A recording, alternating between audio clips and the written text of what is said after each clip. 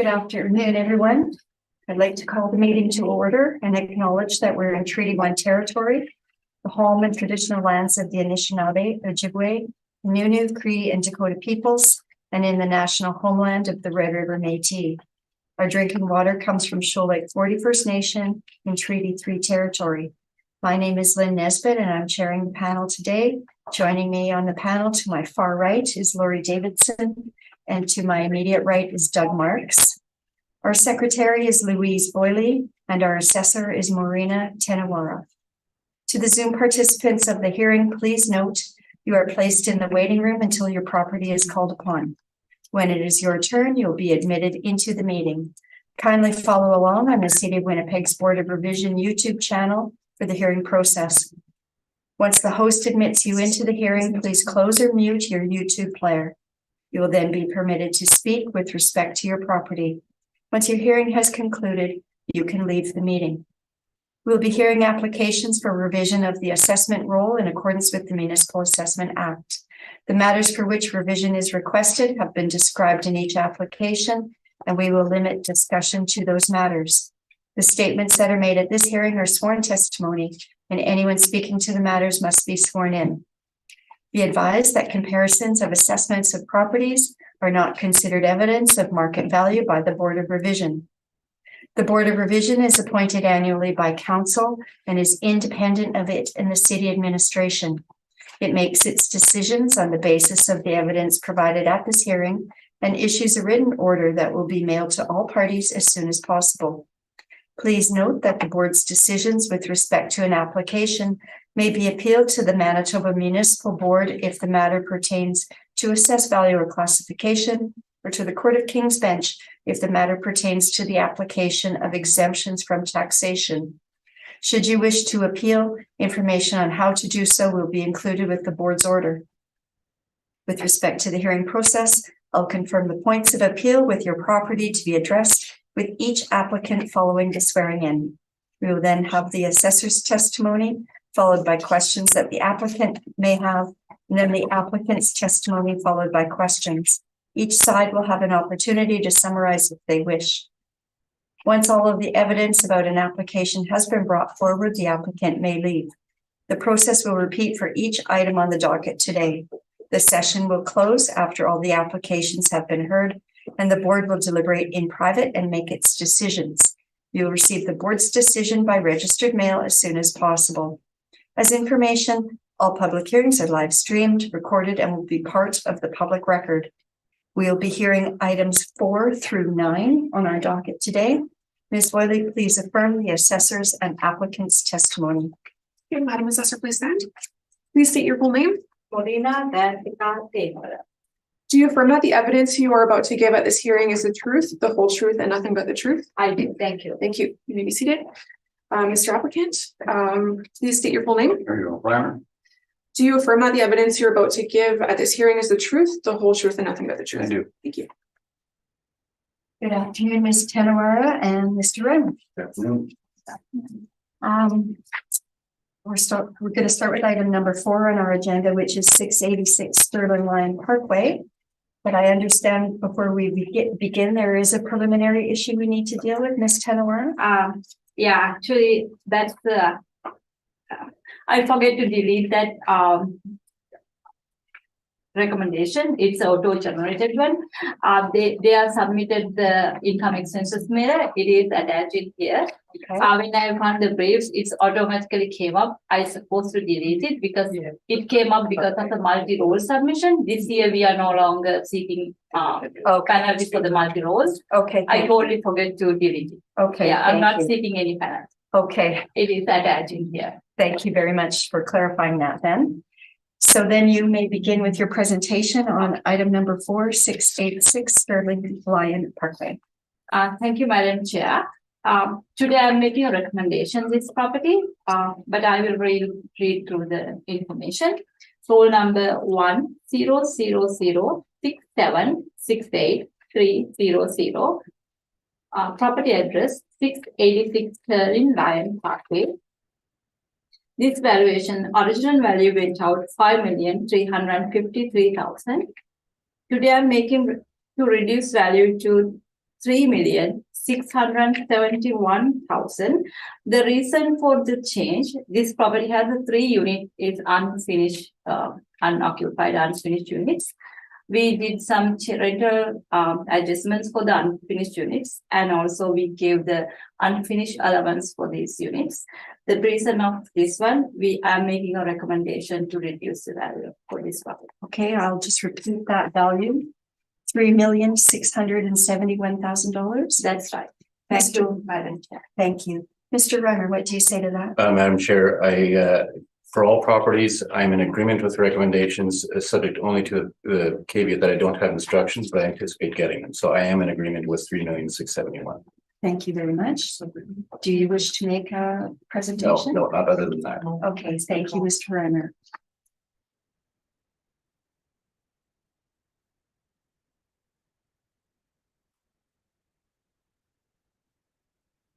Ms. Panwara, we'll move to item number 5 on the agenda. Can I know the address for the item number 5? Pardon me? Address for the item number. Oh, okay, sure. 877 Waverly Street. Thank you, Madam Chair. Roll number 10000007100. 8, property address 877 Waverly Street. Property owner Linden Woods Market Limited. Valuation went out, original valuation 3,364,000. Today I am making a recommendation to reduce value to 2,707,000 based on adjusted net operating income. Can you repeat that, please, based on? Adjusted net operating income and cap rate change to 7%. 7%? And the adjusted NOI was based on? Rental rate change. Basically the C4 unit, that which is the restaurant unit. Okay. Thank you. I'll just repeat that, $2,707,000. That's correct. Mr. Runner, you're. Yeah. Mhm.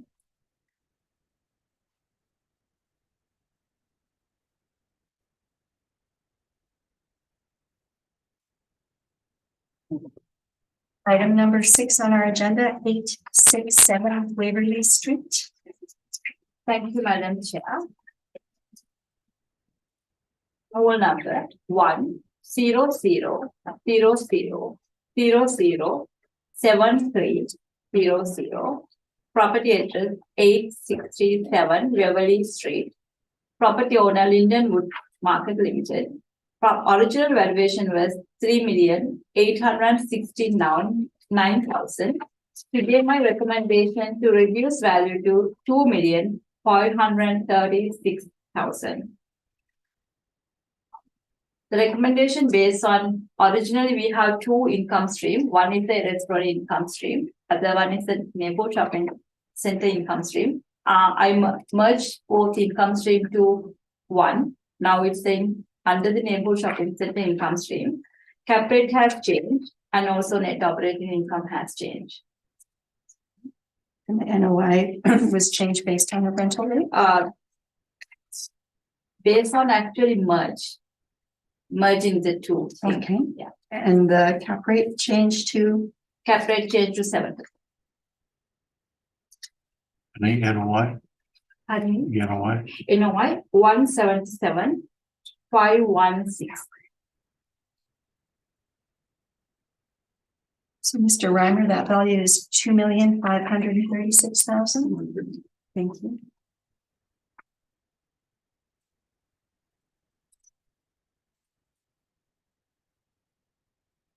Item number 7 on our agenda, 1580 Taylor Avenue. Thank you, Madam Chair.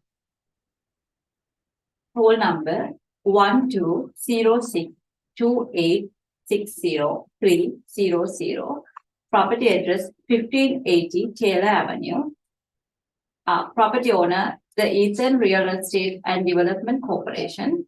original valuation was 7,873,000.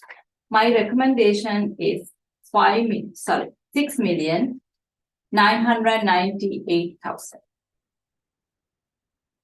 Okay, based on rental rate change, I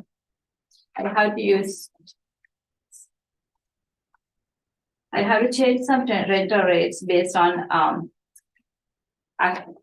actuals, and cap rate change to 7%.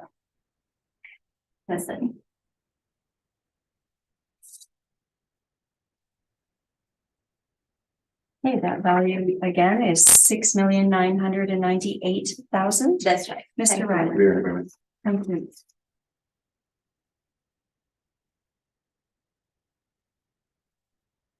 That concludes item number 7. Thank you.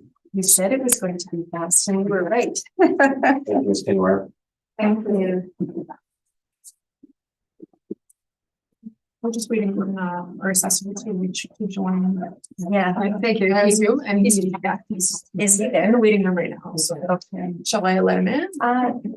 Do you want to? You can let him in, but we'll just took a minute to get. Yes, him. okay. Thank you, Marina. Thank you. Thank you very much. Thank you. Thank you. Hi, Joel. How are you? I'm all right. How are you? Thank you. Very good. I thought you were sitting here. Oh, no, it's disappearance. Yeah.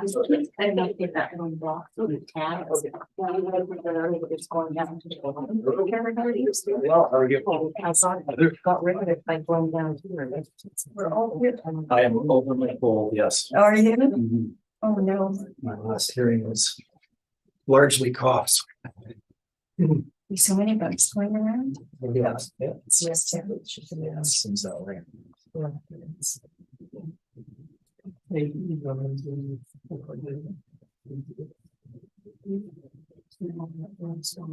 We're still live, so it's just we're just waiting. Shall I? Well, let's bring him in then. He's in. This is. I don't know why that keeps coming on. It looks like he just stepped away a minute just to get some water for a second. It's very fast. That's very good. Yeah, I think so. He's like not even here. I'd like to call the meeting back to order. We're now going to resume with item number 8 on our docket, but before we begin, Ms. Boyley, can you please affirm the assessors and applicants' testimony? Okay, Mr. Assessor, please state your full name. Roddy Pontanilla. Do you affirm that the evidence you're about to give at this hearing is the truth, the whole truth, and nothing but the truth? I do. Thank you. And Mr. Applicant, would you please stand? Please state your full name. Trevor Smith, Okay, do you affirm that the evidence that you're about to give at this hearing is the truth, the whole truth, and nothing but the truth? I do. Thank you. Good afternoon, Mr. Pontanilla, Mr. Smith. Afternoon. Mr. Pontanilla, we're going to begin with item 8 on our agenda, 830 Century Street. This is an appeal from 2022 assessment. Could you please begin? Okay, thank you. If you could just give me 1 second, I'm just opening up my files here. Okay, so up next we have on the docket file 22-3934. The roll number is 0756-913-7005. The 2023 assessment has gone out at $8,765,000.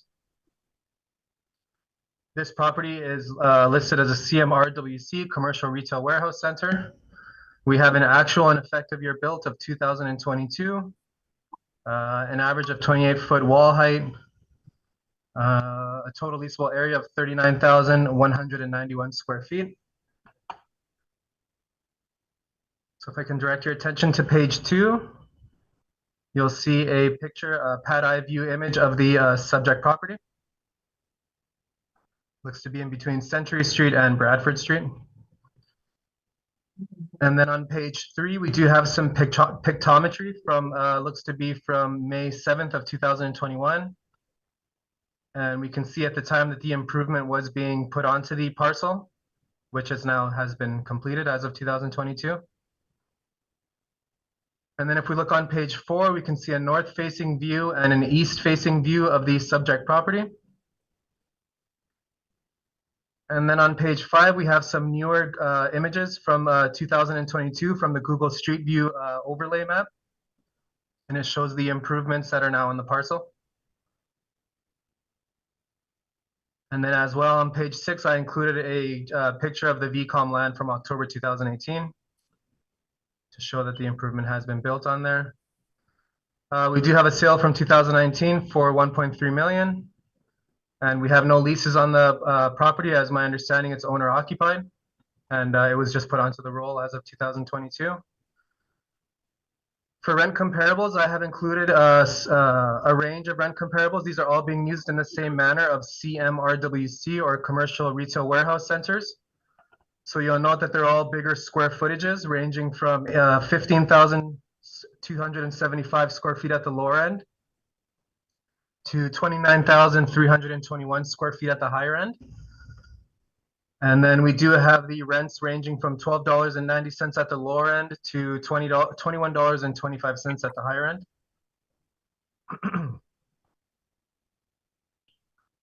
So on the subject property, we do have three different premises on the income stream.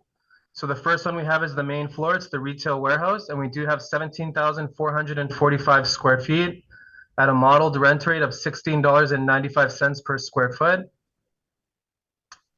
Following that, we have a C6 storage mezzanine space at 12,507 square feet at $13.07 a square foot. And then following that, we have 9,239 square feet at $13.40 a square foot, which gives us a total of $582,962 in potential rent at a total of 39,191 square feet. From there, we have model parameters in place of a 4% vacancy, a 2% expense, and a $6 shortfall per square foot to bring us to a net operating income of $539,045.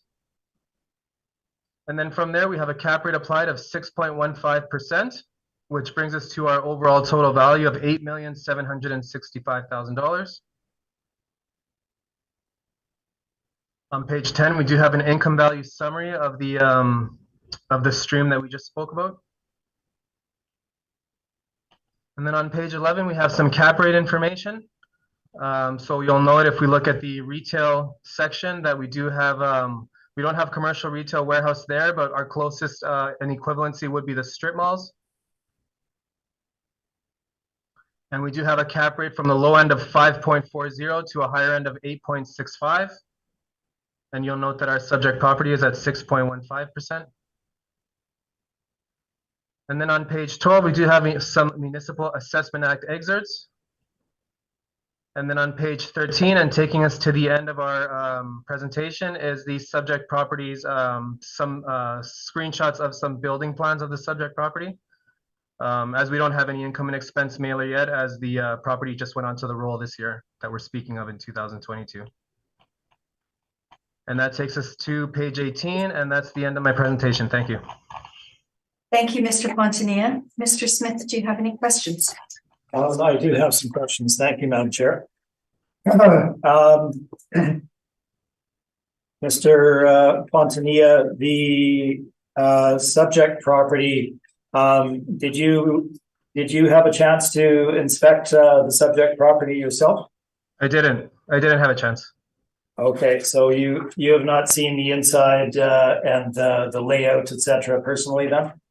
I haven't seen it personally myself, but I did do a thorough review with all the documents that I had, so I believe I have a good idea of the subject property.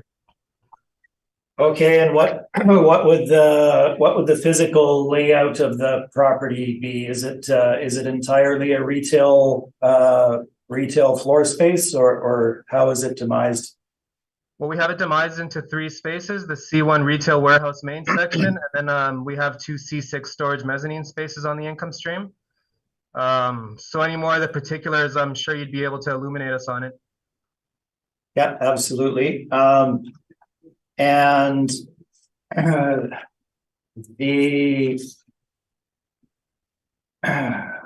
let's just look at breakout then, I guess. Bear with me for a moment here. Actually, before we get to the breakout, the rental comparables that are shown on page number 8.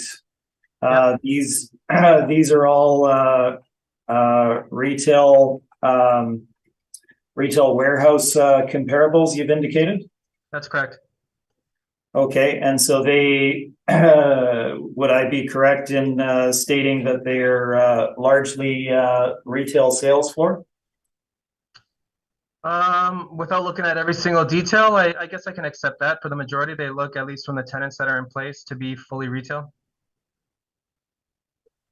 Okay.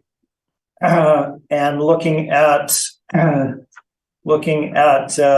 comparables that are there again, and bear with me here, would it be, I'm just going to run through them quickly here. So the first comparable would be Ashley Home. Second property would be a Lazy Boy furniture store. Third one is Marshall's. Fourth one is Mark's Work Warehouse. Fifth one, Bed Bath and Beyond. Sixth is Michael's. Seventh is Old Navy. And then the final one is Flying Squirrel. Is that correct? That's correct. Okay, so these would be these would all be national and international retailers for the most part, with one exception, correct? I guess we can frame it like that. All right, moving forward then to page number 9 and the breakout of the building. So you have 3 different sections of the building here. C1 retail warehouse being 17,445, and then 2 C6 storage mezzanines. Just can you comment on those a bit, I guess, what the 2 storage mezzanines would be? Well, I haven't inspected the site, so I can't corroborate. My understanding is that there's a space that aids in the business's operations on the retail space. And my understanding is that there's also a space for some office use. But I haven't been there myself, so I can't comment any more than that. All right. Would you, having gone through the property and reviewed it, the categorizations are off here in that the 17,445 square foot area is the office component of the property. The 12,507 square foot component is the rear warehouse component of the property. And then the front retail area is the 9,239 square feet of the property. Are you able to confirm that? I'm not able to confirm that, sorry. Okay.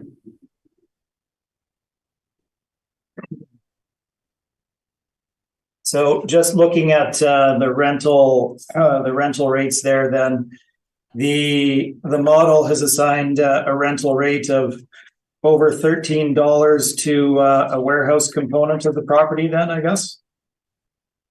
Is that which one are you referring to, Trevor? well, either one of the bottom 2, because it can't be the top one, as that's the retail component. So I'm not sure which one the model is designating as the rear warehouse area, but both of them are over $13 per square foot. Is that, so the model is indicating that the warehouse is leased for 13 plus? That's what we have in front of us, yeah, 1307 Okay. and 1340, that's correct. Okay. Let's skip forward then. Capitalization rates, bear with me briefly on page 11. Just going to read one quick section here, paragraph 2 of page 11 there. For the 2020 general assessment, April 1, 2018 reference date, capitalization rates were derived from model generated estimates of net operating income and sale prices that were time adjusted to April 1, 2018. So Essentially what that's stating is that the capitalization rates that are used in the city's model are not capitalization rates that are based on the actual income and expense and sale price as of the sale date, but on model generated estimates of time adjusted sale price as well as the NOI. Is that correct? You know what, Trevor, you threw a lot of data at me there. I can't really confirm or deny what you just said. Okay, thank you. And then looking at the cap rate of 6.15% that's assigned to the subject property, can you provide the panel with a bit of background on that? I mean, it's model driven, so I don't have the exact data to place in front of you right now, but you know, I will say the closest comparable that I can see in terms of cap rate within the portfolio being shown would be the strip malls, and it does show on the low end of 5.4 to the high end of 8.65. If you look at the models or the subjects modeled cap rate of 6.15%, that would suggest that it's not in any way at the lower end of the portfolio. And in fact, for a 2022 subject, I would say that that'd be in my opinion, a fair cap rate. So, and that's keeping in mind the valuation date of April 1, 2018? Yeah, I mean, those are the data inputs that we're using. So if that's what the model had used, that's what it used.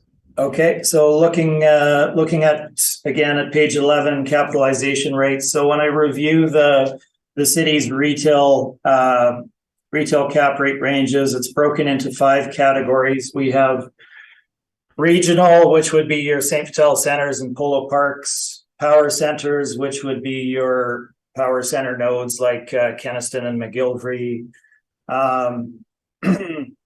community shopping centers, which would be grocery anchored shopping centers, typically neighborhood shopping centers being slightly smaller, and then strip centers being your street front typical strip centers or one setback with parking on the smaller scale. So looking at the first categorization there, the full range is from 0 to 100% of your percentiles. We have power centers at 6.15%,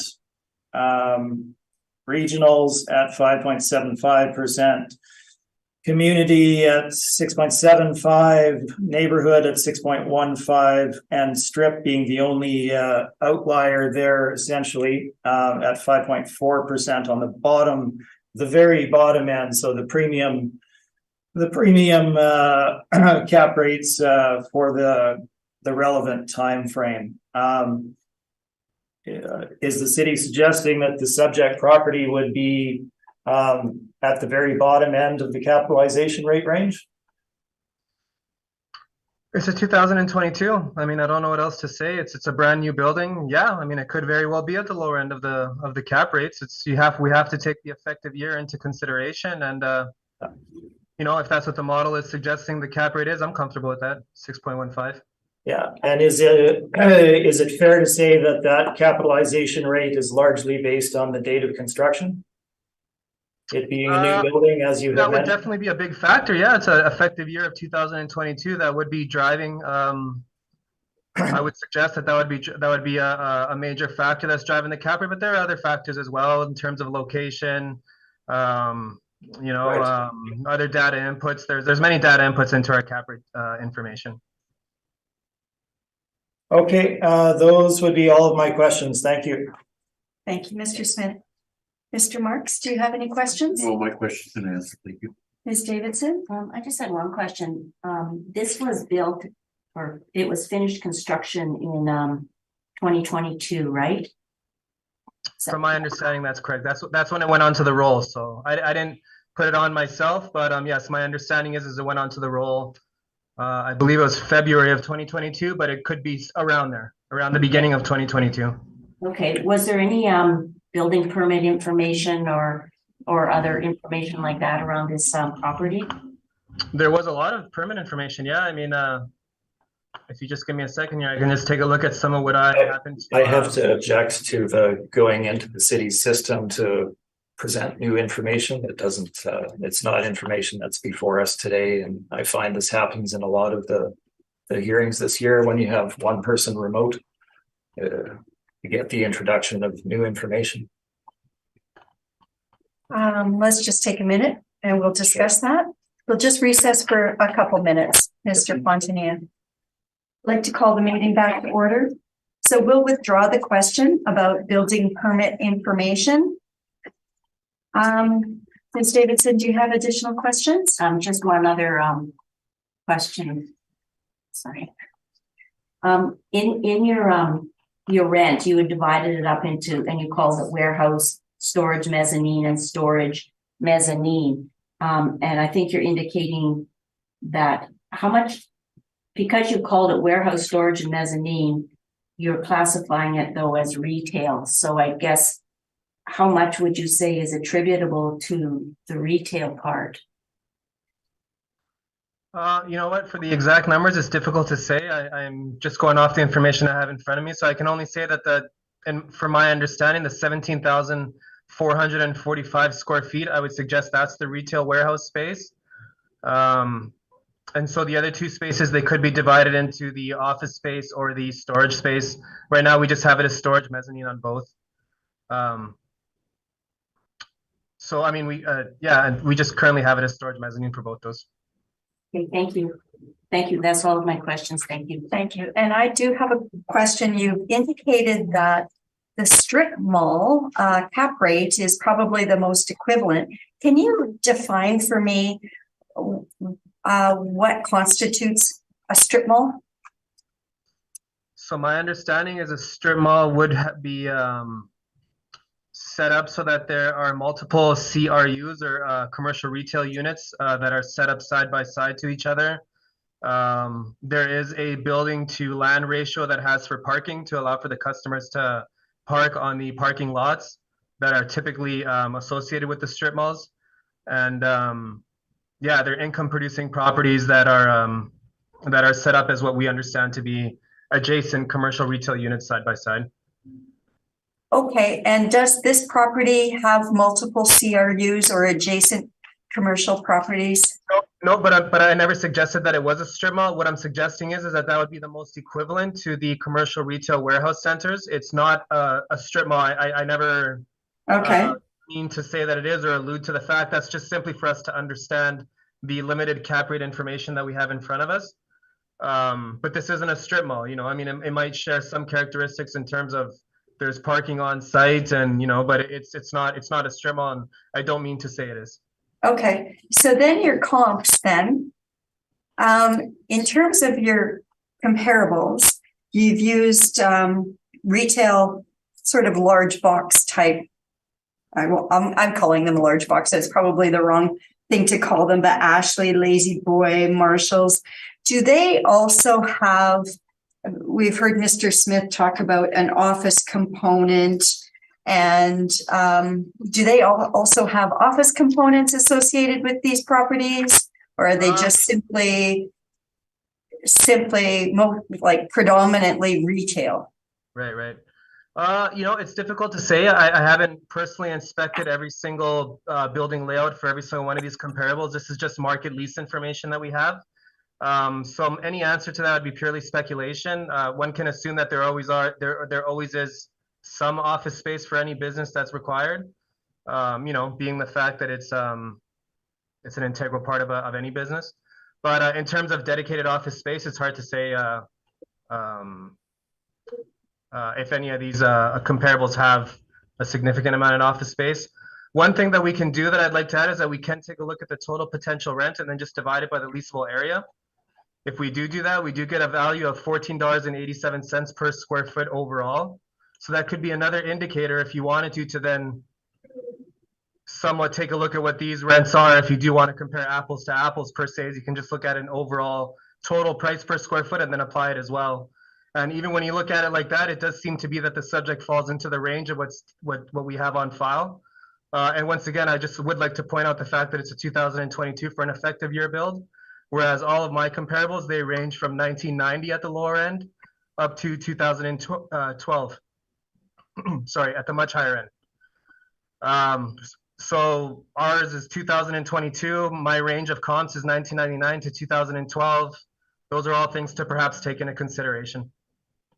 Okay, based on what Mr. Smith has talked about, and we'll obviously get to his evidence soon. Less than a third, maybe even a quarter, can't do that quick math in my head anymore, is retail. And yet you're looking towards a retail cap. So I'm just wondering about that.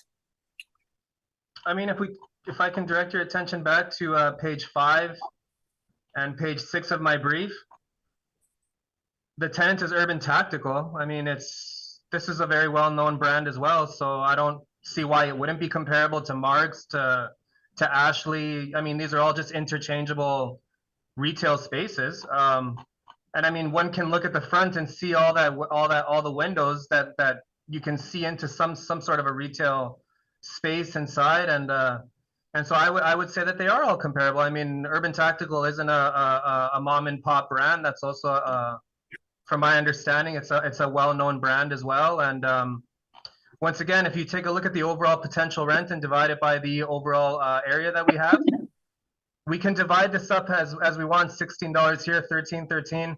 I mean, one could argue if we do a review and there's office spaces, maybe we can change it to an office space. Maybe the model might predict it into a higher rent. I don't know.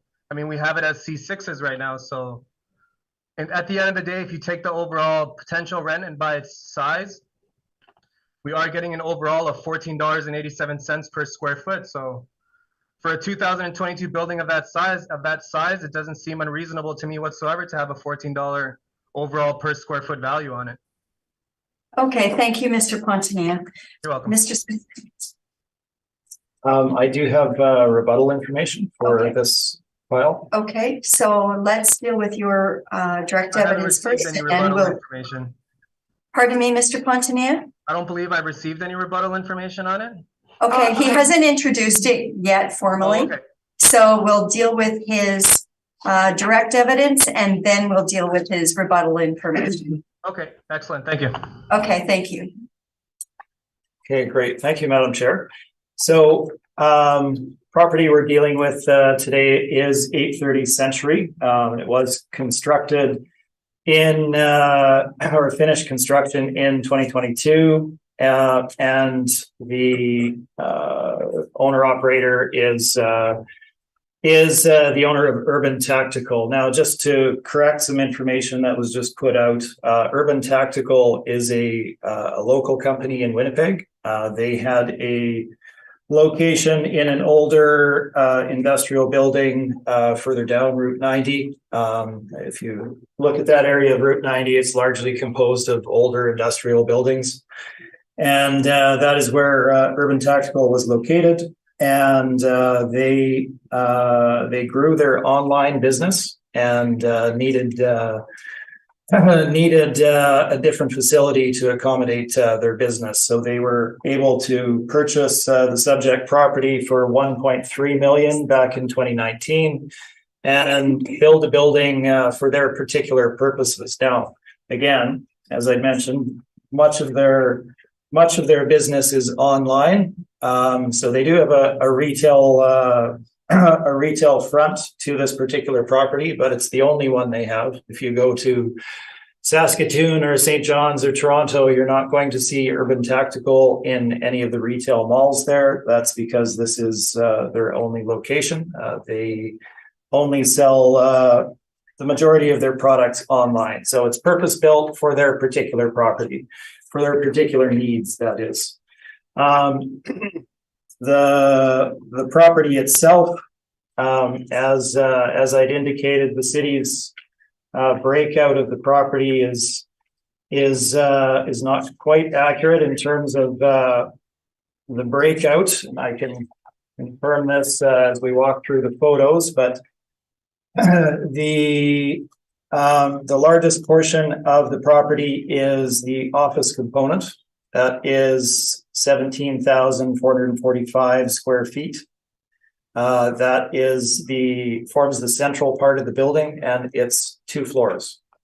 So you have double the floor space of the ground floor, essentially for office. Now, behind that is the warehouse component. It has a significant footprint, and there is a slight overhang of the office into the warehouse. So the warehouse actually extends slightly underneath the office at the rear of it. So that's why you get, not 10,000, 20,000. It's slightly different.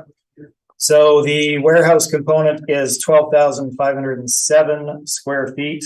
And then the retail component of the property, right on Century, is that 9,239 square feet. That is the effective breakout of the property. So we're not looking at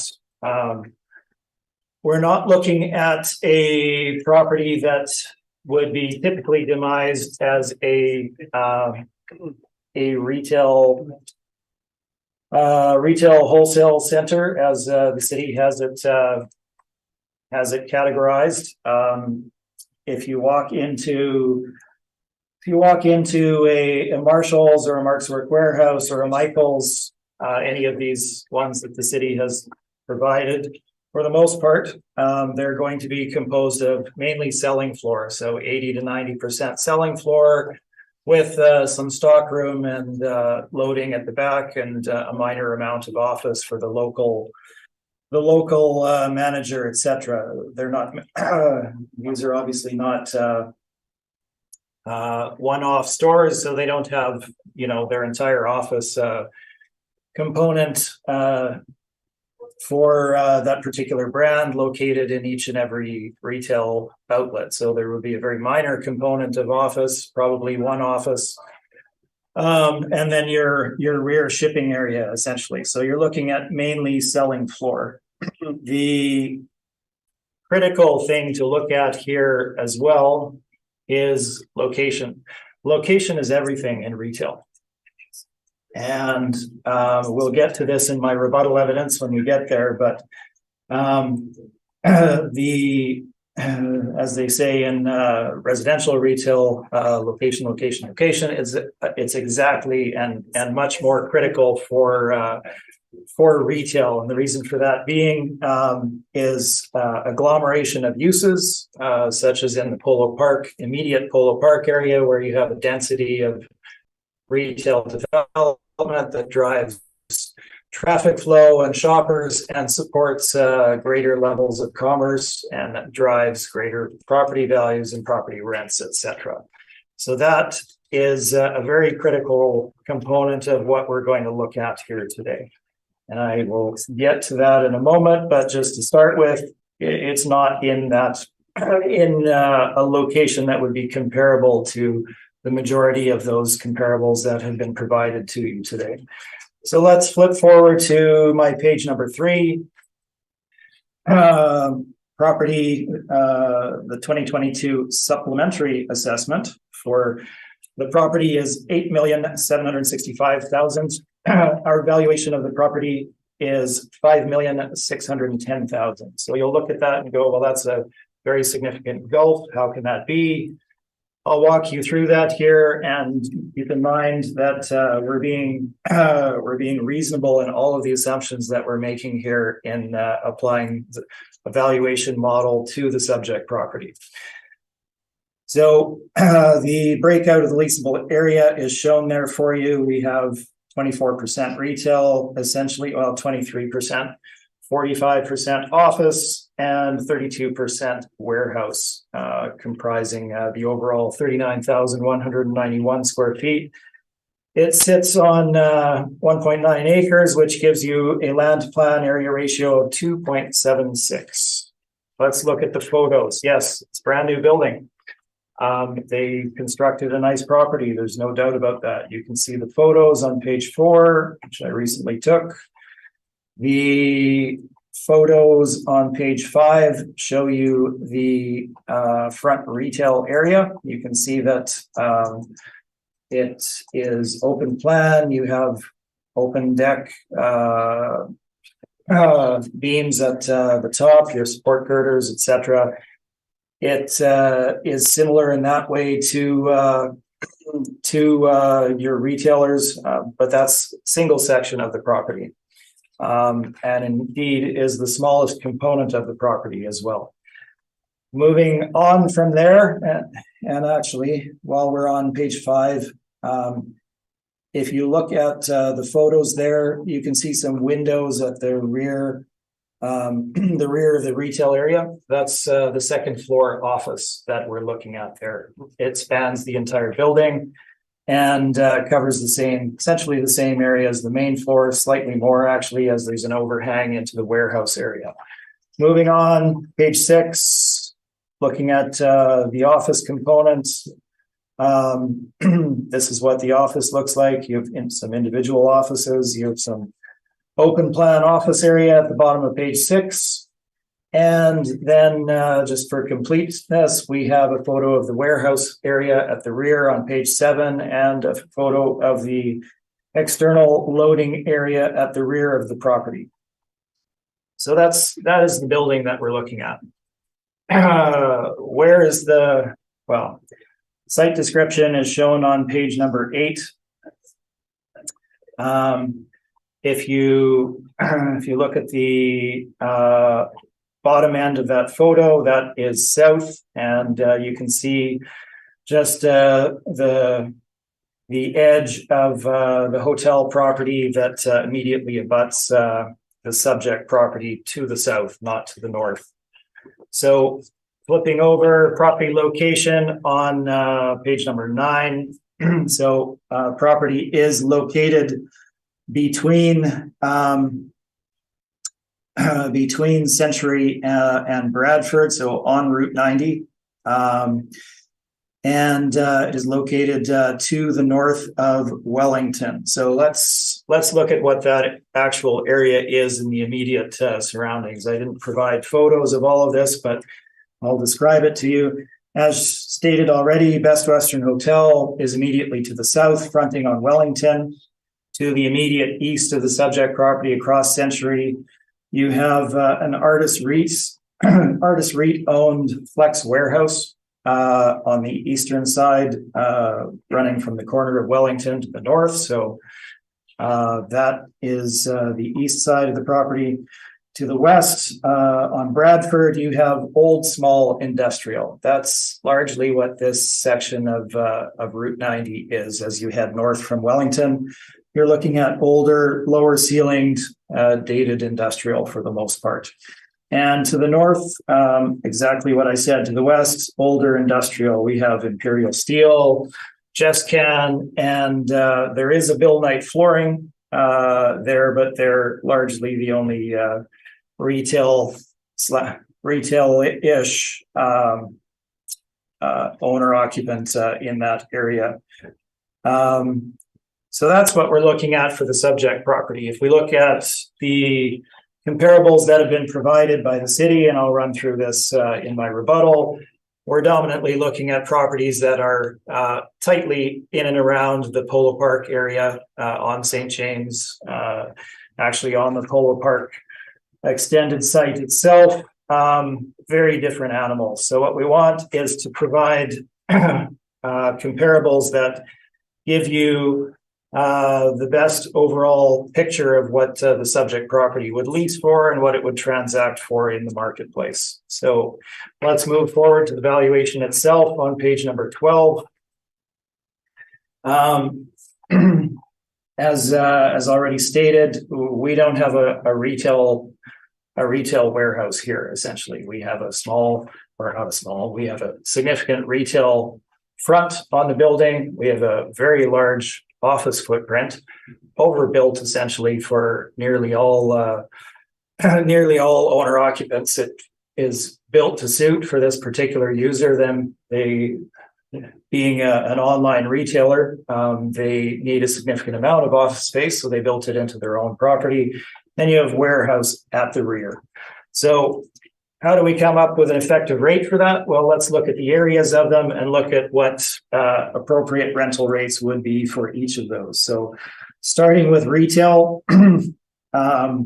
we have actually 9,239 square feet of retail space for the subject. And I've given you 8 different comparables here. They range in comparability, but essentially what we're doing here is providing a framework for determining a fair net rental rate for the subject. So they're not all perfect comparables, but they aid in narrowing down what the property should rent for. So our first one, 1399 McPhillips. This is a Dollarama.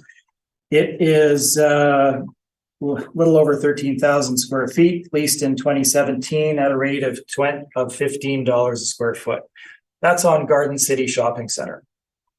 Very different animal, obviously. That's renting for $15 per square foot. City's overall rate is $14.87 for the subject property. Moving on, in the immediate area of the subject, we have 1340 Sargent. This is a local business, Cunningham Business Interiors. So supplying office componentry, essentially desks and chairs and things of that nature. 2015 lease at $11 a square foot for just under 20,000 square feet. It is in the immediate area of the subject property, and it's not, it's both similar in terms of being a local operator, and it's not located in that Polo Park node where you're going to get higher rents. So that's leasing at $11 a square foot. Older building, obviously, 1969. Moving on, 1250 St. James, numbers 3 and 4. We have two leases there. One of them is the Brick, just under 24,000 square feet, so larger floor size, obviously, but a national retailer. And we're looking at a rent of $11.75 a square foot after their last renewal on that property, which is in close proximity to the valuation date. And we have Flying Squirrel Trampoline Park, which took over another retail unit that went vacant. It was a furniture store, now it's a trampoline park. And in 2017, they signed a lease for 10 plus years at $12.90 a square foot. So that property is located on St. James Street. One block to the east of the subject property, but critically on St. James Street and surrounded by other retail. It is half a block from Costco, and it has all of the traffic flow that you would have generated on St. James Street, looking to shop, obviously. So $11.75 and $12.90. Moving on, I've provided one of the same comps that the city has, 1000 St. James Street, built in 1990. $14 net rent, signed in 2017 for a longer term lease.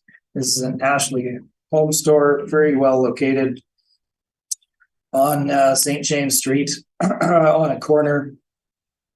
Further down, 2860 Pembina, again, relatively modern building, built in 1990, 2018 lease for 5 years at $10.50 for a Dollarama. This is, pardon me, located further south on Pembina, so it's a little bit further out of the way. So they would generally have a smaller market to draw from, and typically often have somewhat lower rental rates as well, as you can see at $10.50 per square foot. Number 7, 1725 Ellis, built between 65 and 2004. We have a lease at $12.55 a square foot for a 2014 start date, or a 10-year span, 14,000 square feet. And that is a local company similar to the subject. This is JS Furniture. Finally, another Dollarama at 1300 Ellis. If you flip forward, beginning on my page 13, you can see each of these. Oh, did I say Garden City? I meant Northgate, pardon me. Number 13, Page 13, rather, 1399 McPhillips, Northgate Shopping Center. We're all aware of where that is on McPhillips, and you can see the tenancy there. Moving forward, page 14, 1340 Sargent. This is the Cunningham Business Interiors. Again, local company, not as retail a location as some of the comparables that are provided, but certainly better than the subject property in terms of location. Finally, or moving on, page 15, 1250 St. James. This is the Brick and the Flying Squirrel. It is located right on St. James, just before Costco, and it is located a block to the east of the subject property, but critically on St. James Street, not Route 90. Page 16, 1000 St. James. This is the Ashley Home Store, located right on the corner of Ellis Avenue and St. James, right in the heart, essentially, of that retail corridor. Obviously, they're going to drive significant rents there. They're paying $14 per square foot for a largely retail building. Again, nearly all retail. 2860 Pembina. Again, this is Fort Richmond Shopping Center, nearly at the perimeter. Dollarama in that location. 1725 Ellis on page 18. This is the JS Furniture. I would draw your attention to the location of it between the two sides of Route 90, north of Ellis, not again in that Polo Park area. And then we have 1300 Ellis, the Aaron's outlet located at 1300 Ellis. That is located across the drainage ditch and former railway to the east of that, and essentially to the east of all of that retail node at Polo Park. So again, similar location to the subject in that it's removed from where the retail actually is located. Pardon me. So all that being said, our exercise here is to help frame what an appropriate rate would be for the subject. Subject property is new, and so it's a quality building. It's not located in a retail location, but it does have a retail component to it. We've used a rate of $12.50 to reflect the newness of the building, but also to reflect where it's actually sitting. So that is the retail component of the property. Let's move on to my page number 20 and the office component. Now, we're looking at nearly 18,000 square feet of office here. This is a built-to-suit building. Keep in mind, it's for their particular use. You're not going to find a significant office market for space in somebody else's building in the old industrial area of St. James there. It just doesn't exist. That being said, it's new. So what rate should we put on it? So let's look at some comps here. These are largely full floor tenancies in quality locations. So our first one is 67 Scurfield, obviously located in Southwest Winnipeg, modern building, 5-year lease in 2017 at just under $10 a square foot. 330 Portage, standard office tower downtown, Class B building, right on Portage Avenue, just east of Portage and Main, 2017 lease for just under 18,000 square feet, $14 a square foot. 1821 Wellington, close to the subject, 11,500 square feet, 1065 net rental rate, signed in 2017. That is space that has been significantly built out. So we're not looking at a 1961 building essentially. And finally, another suburban one, 131 Provencher for just over 10,000 square feet, just across the river from downtown on the corner of Taché and Provencher, $14.12 a square foot for modern office there, 2016 lease on a 5-year term. Now, the photos and location of those are shown on the following pages. Our range there, obviously $9.95 up to $14 a square foot. We're looking at 17,000+ square feet. Significantly overbuilt for the area and for most occupants of a building such as this. So who is your market out there for that? Well, we need to reflect the new construction as well as all of those factors. So we've used a rental rate of $13 per square foot for the office component. If you flip forward to my page 25, this will be backed up by the Cushman and Wakefield second quarter 2018 office market publication. If you look at Class C suburban, essentially, which I'm not sure what you would classify the subject as it's office space within an built-to-suit building, but Class C suburban, $11.61 a square foot on average. Suburban average overall, $13.90 a square foot. We have an overbuilt office of 17,000+ square feet. We're using $13 per square foot in our valuation for the office. And finally, warehouse component, move on to page 26. Subject property is 12,507 square feet. Apologize for the typo in my document there. And I've provided a number of comparables here. All well-located properties or properties that are in very close proximity to the subject, which would help give you a fair net rental rate. So the first one, 801 Century. This is located immediately across the road from the subject property. This is the Artist Street Flex Warehouse property, good loading at the rear. Modernly, it was built in, I believe, 2004 or 5. Actually, we have 2006 here. Quite familiar with that building. And most of the tenancies in that property are quasi-retail located. The rent that we're looking at there, immediately across the road, $8.50 a square foot. Starting in 2012, so there may have been some bumps since that time, but that is the starting rate essentially.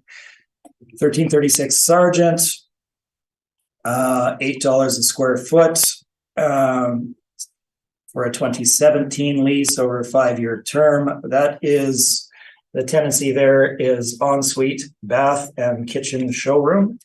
It is essentially in the very similar area to the subject property, just a bit further south in that Route 90 area, not in the Polo Park area. Then we have 1616 King Edward, which is right on Route 90. And 2015 lease there for a relatively modern building, $6.50 per square foot over a 4+ year term. Fronting on Route 90.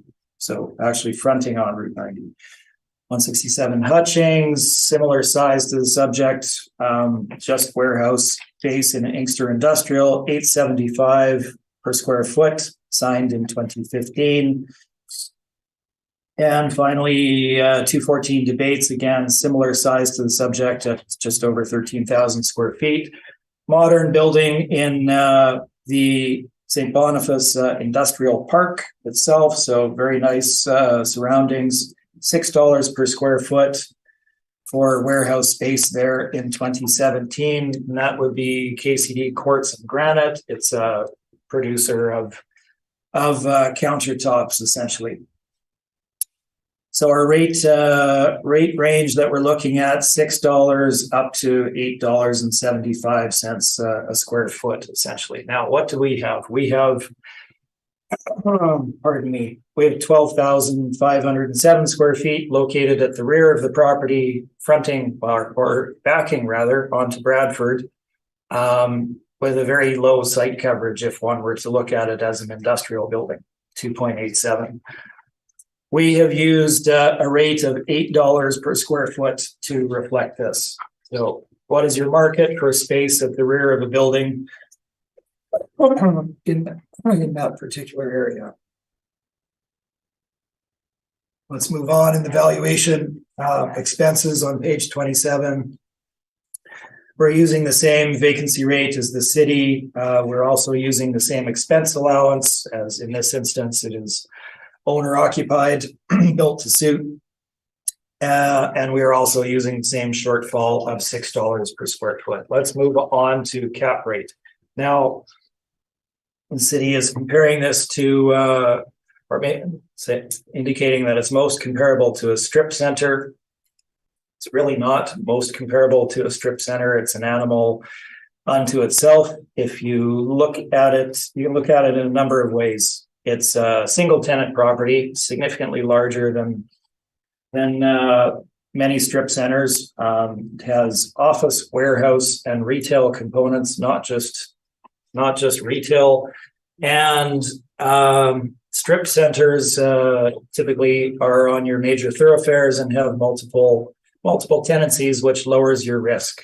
Obviously, if you have one tenant go dark, you have a portion of your building vacant. If this particular tenant were to go dark, you have 100% vacancy. Very different situations.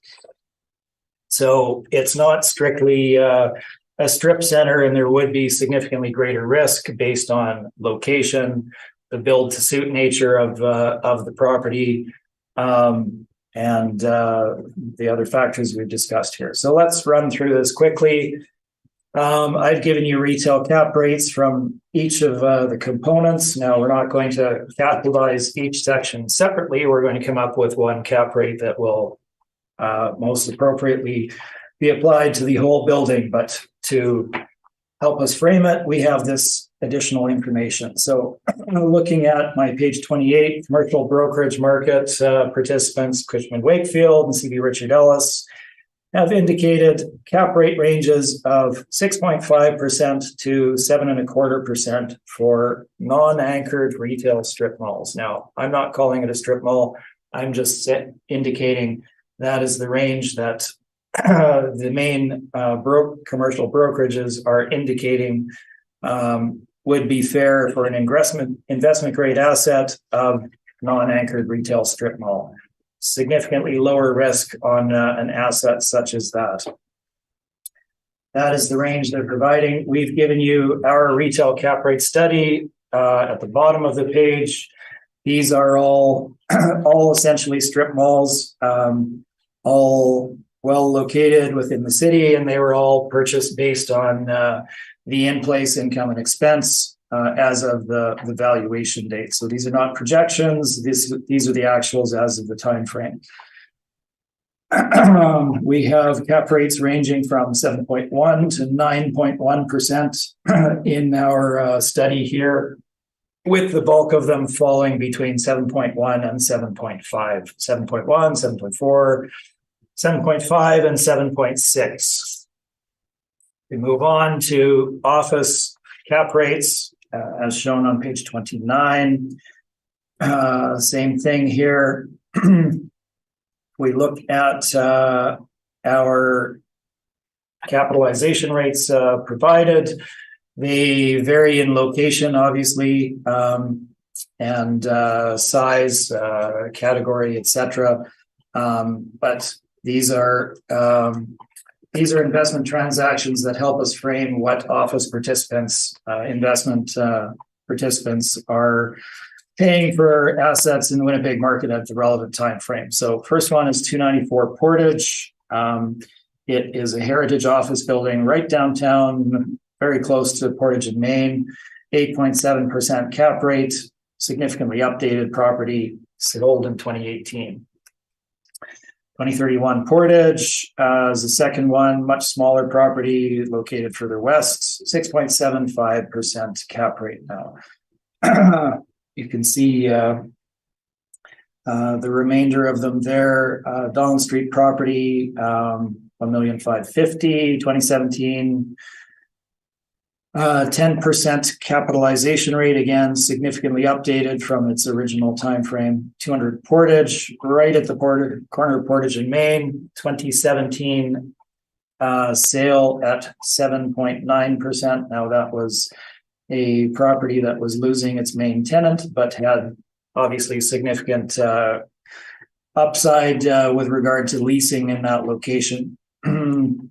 Number 5, 444 St. Mary, much larger property, significantly superior property to subject. It is a Class B, one of the better Class B buildings in the city, sold at a cap rate of 6.9% in 2017. And our final one is 7.25%, again, for another significant asset. So our range is 6.75 to 10%, with the bulk of them lying between, well, we have 6.75, 6.9, 7.25, and then 8.7%.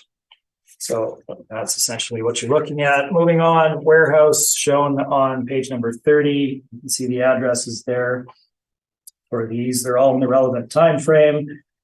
And we have a range of 6.6% up to 7.4% for well-located investment warehouse properties. They vary between single tenant and multi-tenant, as you can see. So our two single tenant properties there are 7.2 and 7.4%. Now the subject property is not in a traditional new industrial area or industrial park. It is in industrial area. It has that older industrial surrounding it, but there's not much new construction happening in that area. So I've given you photos and locations for each of the industrial to follow that. And if we flip forward to my page number 36, you can see the summary of our valuation. So taking into account our rental projection for the subjects of, let me find the page, just a moment here. As shown on my page 26, we have $13 a square foot for the office space, which is 17,445 square feet. $8 a square foot for the warehouse component, 12,507, and $12.50 for the retail, which is 9,239 square feet. That gives us our averaged rent of $11.29 per square foot for the subject property. The other valuation parameters remain the same, with the exception, obviously, of the cap rate. We are using a cap rate of 7.25%, having reviewed the cap rate information that we just looked at. If you go back and you look at the ranges that we're looking at there, 7.25% is certainly a fair number to put on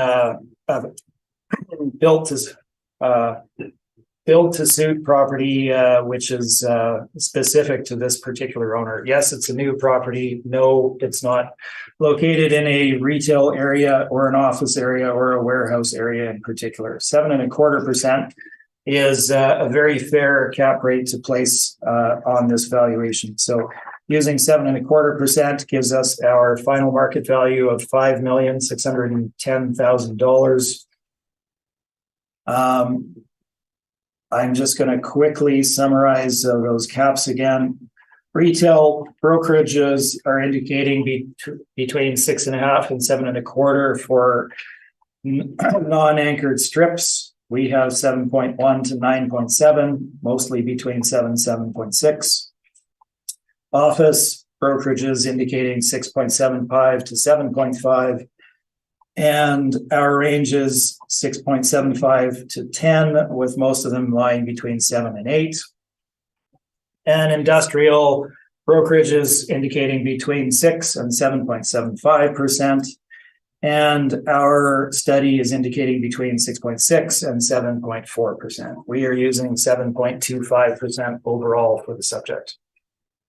And I believe that is my presentation, and I'm happy to answer any questions you may have. Thank you very much, Mr. Smith. Mr. Fontaine, do you have any questions of Mr. Smith's evidence?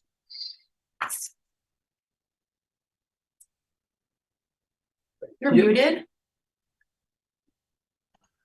Sorry, can you guys hear me now? Okay. Yes. Okay. So in terms of your retail cap rate information that you provided, Mr. Smith, just for clarification purposes, are you suggesting these cap rates, are they strip malls that you're using as the comparison to for this information you're providing here, or? Just a moment, let me get to that page there, Roddy. I think it's 28 of your brief.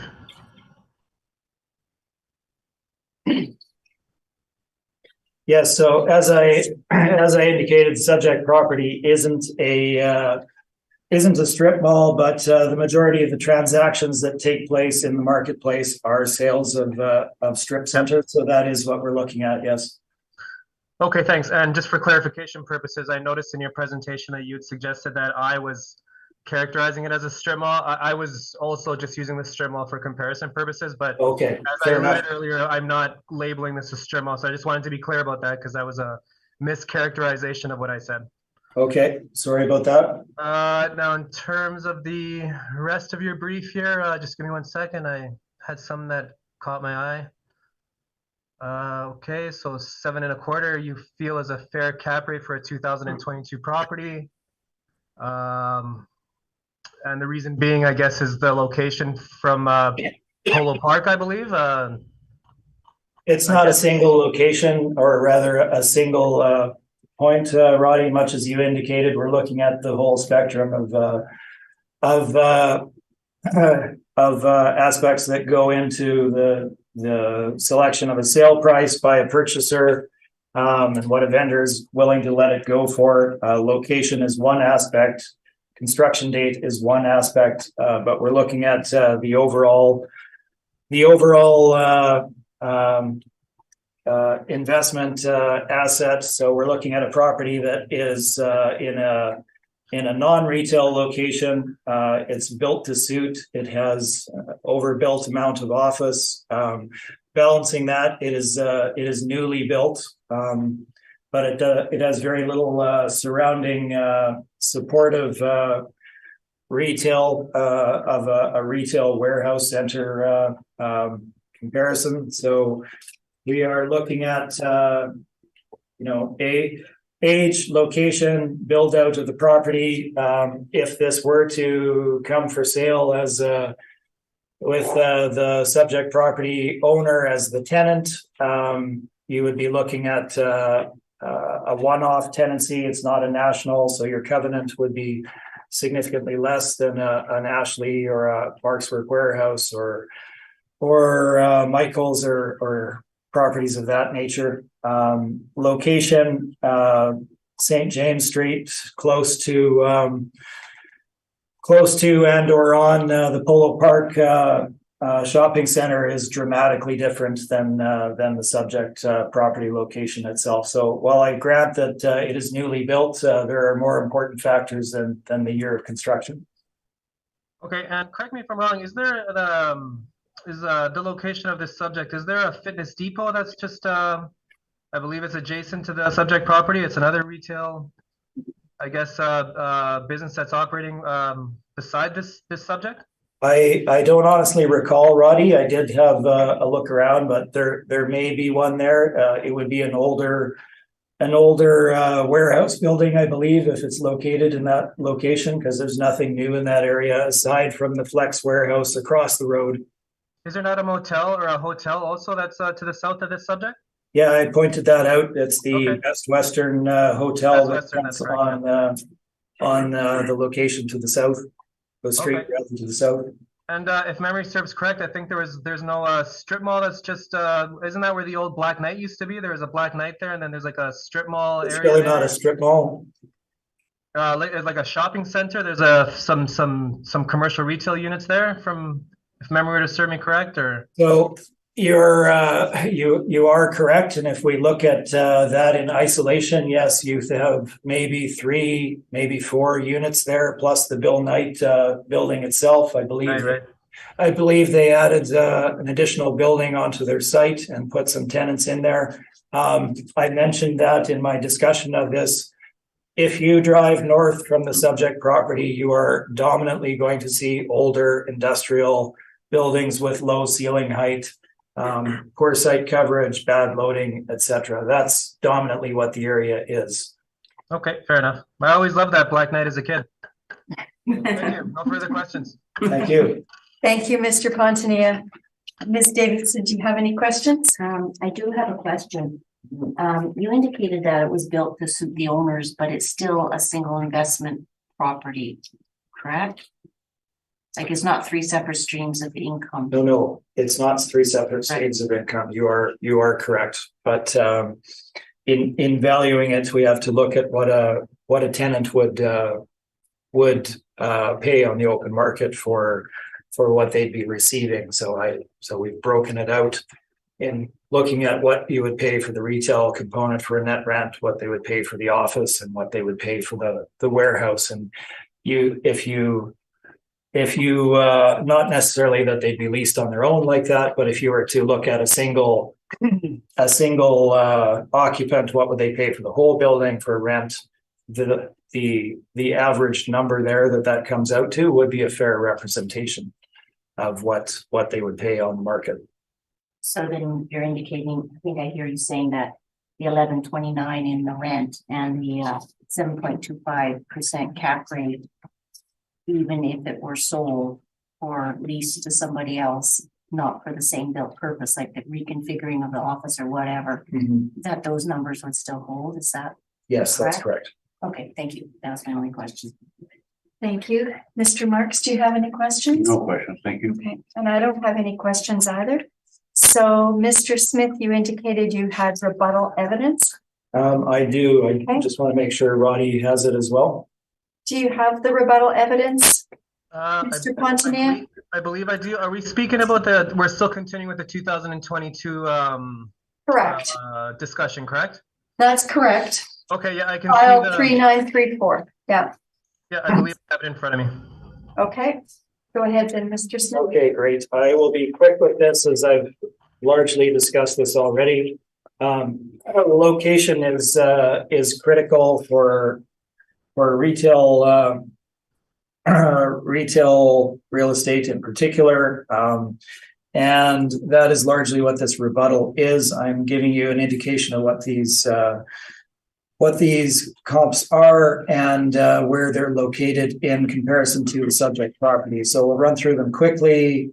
Page A1, 1000 St. James. This is the Ashley Home Store. I also had it as a comp indicating kind of the high end of the range. This is located on the corner of St. James Street and Ellis Avenue on the southwest corner, as you can see there. Now, if you look in the area, you're looking at across the road, we have, and it isn't showing up, unfortunately, on my thing here, but it's Staples, as well as, I believe, Giant Tiger.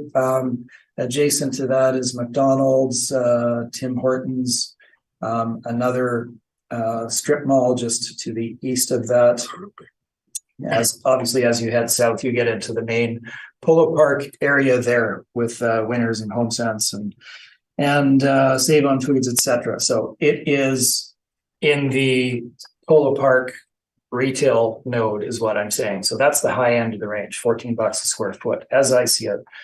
Flipping forward, 1425 Ellis. This is Lazy Boy furniture. You can see the build out there. Obviously, higher end furniture store location shown on Ellis there. So again, in the retail node, $18 a square foot. Moving forward, we have 3 properties at 600 Empress Street. think I labeled one twice with the same address, but it's 110, 120, and 140, 600 Empress. This is, as you can see on my page A3, essentially on the Polo Park site. If you go back in time, the Winnipeg Arena was where this is located and where the Scotiabank Theatre is there. But it forms part of Polo Park itself now. It is owned by Polo Park and obviously tenanted to national tenancies, as you can see, Marshalls, Parksworth Warehouse, and Bed Bath & Beyond. So 18 to 21.25 per square foot. Moving on to A4, rather A6, because the others are side by side with it. A6. 840 St. James Street. This is a Michael's location immediately across the road from Polo Park Shopping Center. As you can see, it is in the same retail node as Save On Foods, Best Buy. I forget the other national tenants that are there, but it's again right within the Polo Park node. $18 a square foot, 830 St. James Street, same location, Old Navy. That was the other tenant I was searching for. And then city's also got Flying Squirrel on there, which I had also provided. That's on my page A8. So they are getting $12.90 a square foot there. It is in a building that also has the brick in it. If you look at the aerial at the bottom of page A8, the bottom street on the south running east-west there is Wellington. So you've got 1250 St. James Street. Across the road from it, you have Costco. If you go a block to the east, so onto Century Street, one-way street heading north, the major trucking route, that's where the subject is located. So is it within a block? Yes. Is it dramatically different? Yes, it's completely different. And what they're paying there in the Superior location is $12.90 a square foot. Look at what's surrounding that. And as you head south on St. James, what the retail, supportive retail is. There is none of that in the area of the subject property. So that is my rebuttal, and I'm just providing it to, again, provide background as to the importance of location. Thank you. Thank you, Mr. Smith. Mr. Pontanilla, do you have any questions on the rebuttal evidence presented by Mr. Smith? Just give me 1 second here.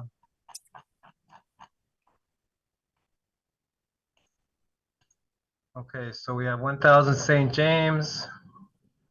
1990 for an effective year at $14 a square foot. We have. I would, I guess, Roddy, I think I know where you're going here with the age. The age is really a red herring as far as what tenants will pay for a rental rate based on location. So the fact that it's built in 1990, if you look at the structure, it's really not significantly different than the subject retail component, but the location is dramatically different. Okay, that's fair enough to say. I mean, St. James is a retail node, but I mean, we can't negate the fact that a newer building should perform. You know, I mean, it's a newer building. It has newer materials. It's brand new building. There's going to be less maintenance costs on a newer building. So, I mean, the effective year doesn't tell the whole story, but it's a part. I mean, it's definitely a component to the valuation of the property. And I mean, it is in the rebuttal. We have all of my comps. So if we're looking at them closer, I feel that it does deserve to be merited to have a closer look at them. Certainly. So we have 1990 at 14. We have 1995 at $18 a square foot. We move on to 600 Empress Street, 2012. There's a newer building, $20 a square foot. 600 Empress 120, another 2012 at $21.25 a square foot.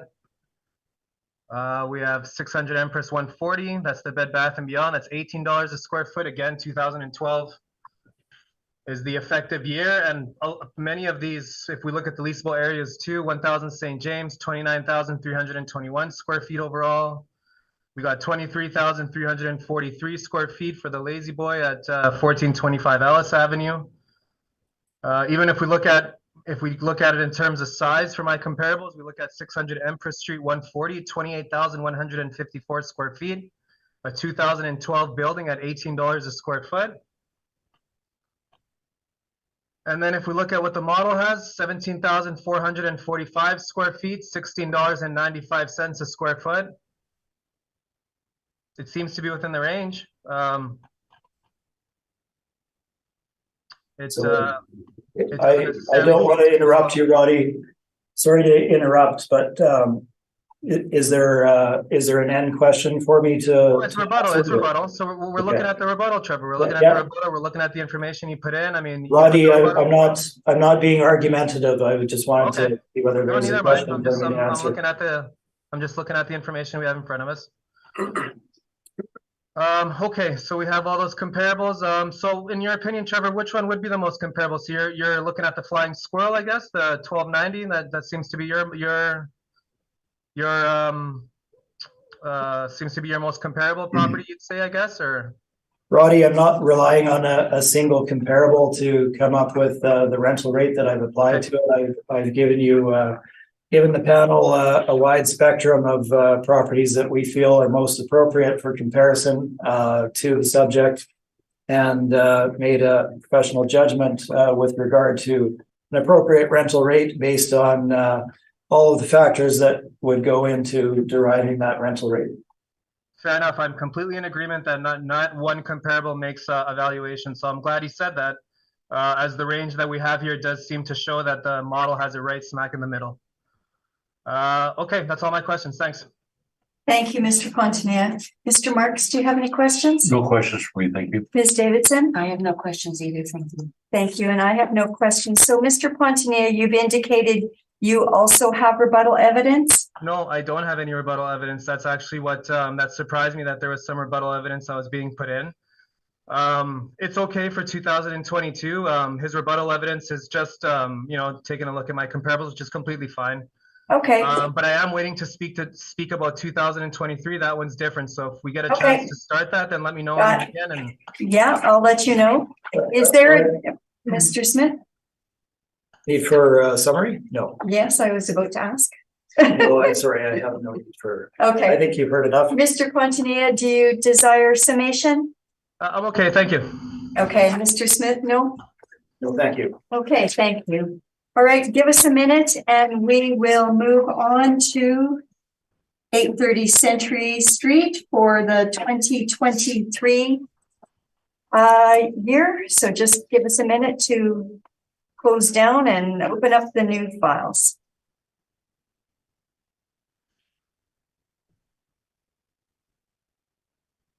Okay, Mr. Pontier, when you're ready. Yes. Okay, and I believe we do have a. Excuse me, Mr. Pontier, just hold up a minute. Yes. Oh, sorry. Kind of an interesting background to this, I guess, in that there's been a SUP that has been issued on the property, and both Mr. Pontier and myself prepared our briefs based on that supplementary value, and yet we are here hearing today the original assessed value. So that is kind of the background for the panel. Okay. Mr. Pontier, there has been a SUP issued? Yes, so my understanding is that there was a SUP issued for the subject that we're speaking of. It's the same property, but it's just moved into the 2023 year. So we currently are, I guess, bound to speak about the VCOM, as it's still, the appeal falls under the VCOMs from my understanding. So my position is just to confirm the land value that we have in place. I have nothing in my brief in regards to commercial land, as I did expect us to be talking about the improvement that's on the parcel now. So I am, whatever value you guys have in front of you for land value, I'm simply asking to confirm that. And we're looking at a 2023 with an assessed value of $9,216,000. That's correct. So That's that what's in nine, front of us on the 2023.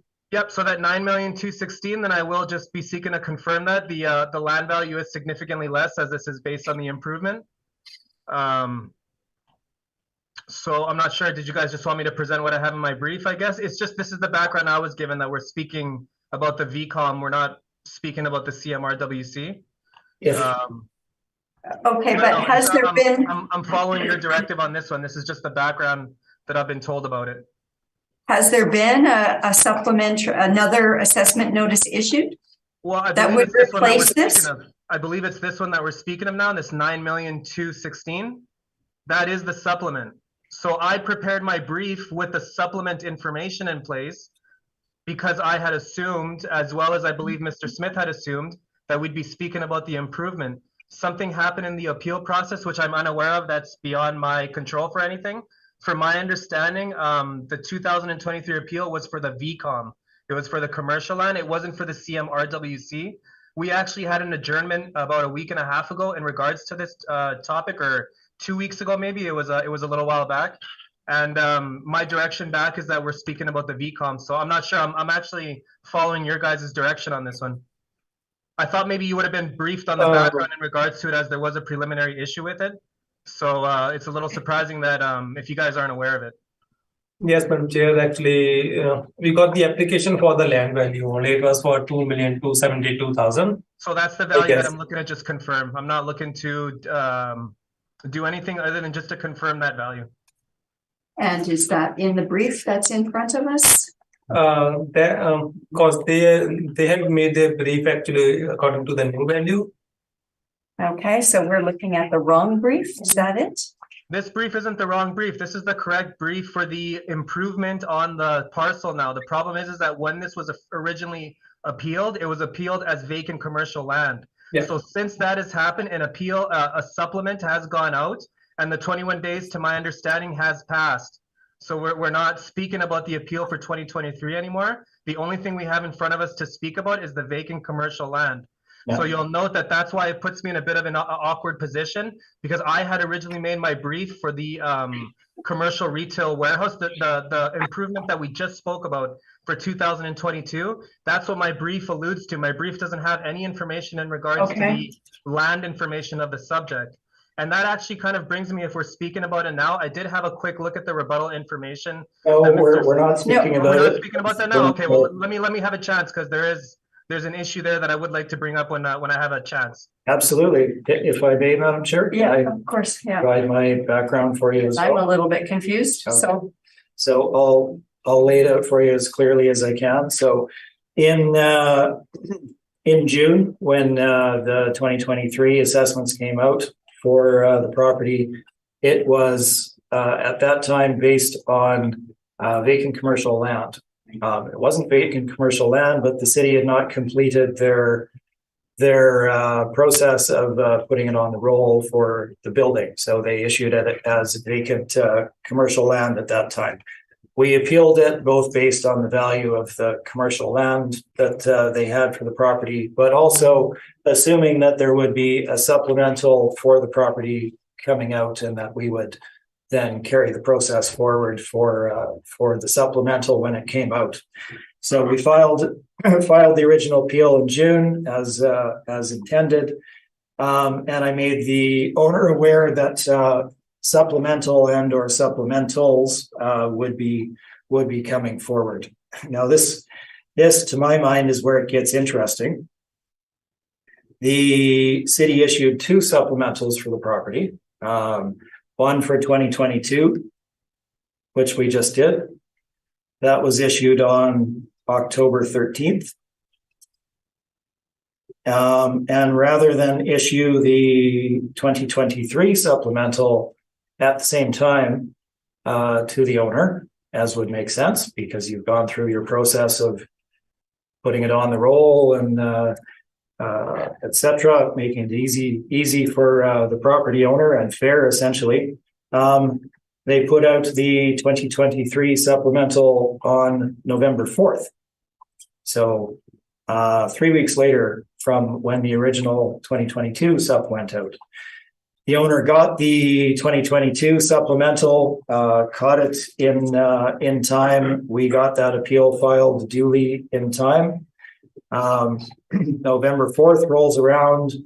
The owner is away on business for a couple of weeks, actually, and gets back, and we ultimately did not have enough time to get the appeal filed for 2023.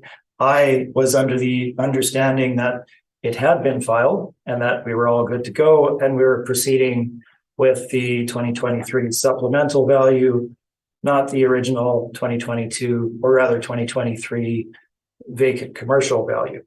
So again, as I'm instructed by the Board of Revision here, what's unfortunately under appeal, and frankly, I'm really not happy with this process of the city issuing supplementals on different dates for no particular reason, and thereby essentially catching out the property owner. We're faced with appealing this VCOM that will instantly be overruled by the 2023 supplemental. Makes no sense, penalizes the property owner for 1 year for no purpose. And beyond that, we appealed the 2022 value for the vacant commercial in 2021.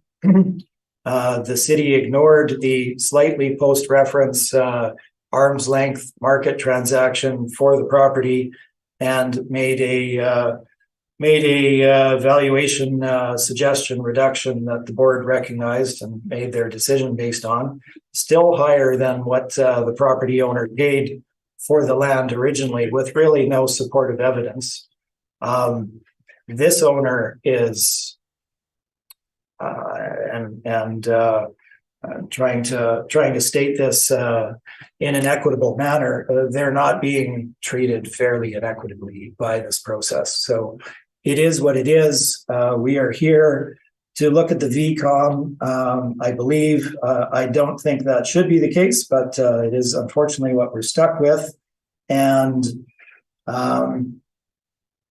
I would like us, I guess, to take a real look at what the VCOM value should have been. Frankly, I guess ultimately it will serve no purpose other than to, as it'll be overruled by the 2023 supplemental, but it will show that the panel is looking at the evidence presented before them. That's ultimately it. So unfortunately, both Roddy and myself are in the position where the original briefs that we submitted were based on the property being developed as it sits today. I waited for instruction with regard to submitting evidence on the vacant commercial, as that was not what was originally known to either of us as being in contention. Didn't hear anything from the board, so I put in my rebuttal evidence, which you'll see as we move forward. Okay, I think we need a few minutes ourselves to sort this out. If you will just adjourn, and Certainly. we'll have a discussion and see where we go from here. I'd like to call the meeting back to order. With respect to item number 9, I realize that there has been some confusion with regard to this, but the item on our docket is to hear the vacant commercial land appeal. So we're going to proceed with that. We'll accept verbal evidence on that. So, Mr. Assessor, you can begin. Okay, so I guess I'll just read out the file number, the roll number, and then just ask to confirm the assessed value that was under appeal, I guess, for the 2,272,000. Yeah, we don't have that number in front of us yet, so you can Okay, it's on the You can- application. It's on the application itself, but okay, I'll continue forward now with my presentation. Okay, thank you. So up next, we have file 22-223. The roll number is 0756-913-7005. And under appeal, we currently have the 2023 VCOM at $2,272,000. And I'm just going to repeat that, 2,270,000. 2,272. Thank you. 2,272. Thank you. 000. And I'm only seeking to confirm that value. And that's my presentation. Thank you. Okay, Mr. Smith. Yes. Mr. Pontonia, I'm looking at your page 7 of the brief that was submitted. And the subject sale history is indicated there with the property having transacted on May 22nd of 2019 for 1.3 million, both for consideration, sworn value, and sale price as indicated in your evidence. I'm assuming the city has investigated that sale and confirmed that it is an arm's length open market transaction. Yes, I believe it does appear to be so. Okay, those are all of my questions. Thank you. Thank you very much, Mr. Smith. Ms. Davidson, do you have any questions? I do. You indicate that there's the assessment is 2.72 million on the roll. Yet we have before us a sale price of 1.3 million. Can you explain the difference? So 2 million, sorry, just to correct you, it was 2,272,000. I Yes. believe you said 2,000,007 something. It's 2,000,002. Oh, okay, sorry, I was just- 2,272. Okay, thank you. You're correct. I just read And that. yep, and if we're just entering verbal evidence, then I guess we can speak about it. My understanding is that the sale price was for 1.3 million. It was bona fide, it was included for analysis, so that's not under dispute per se. I was aware that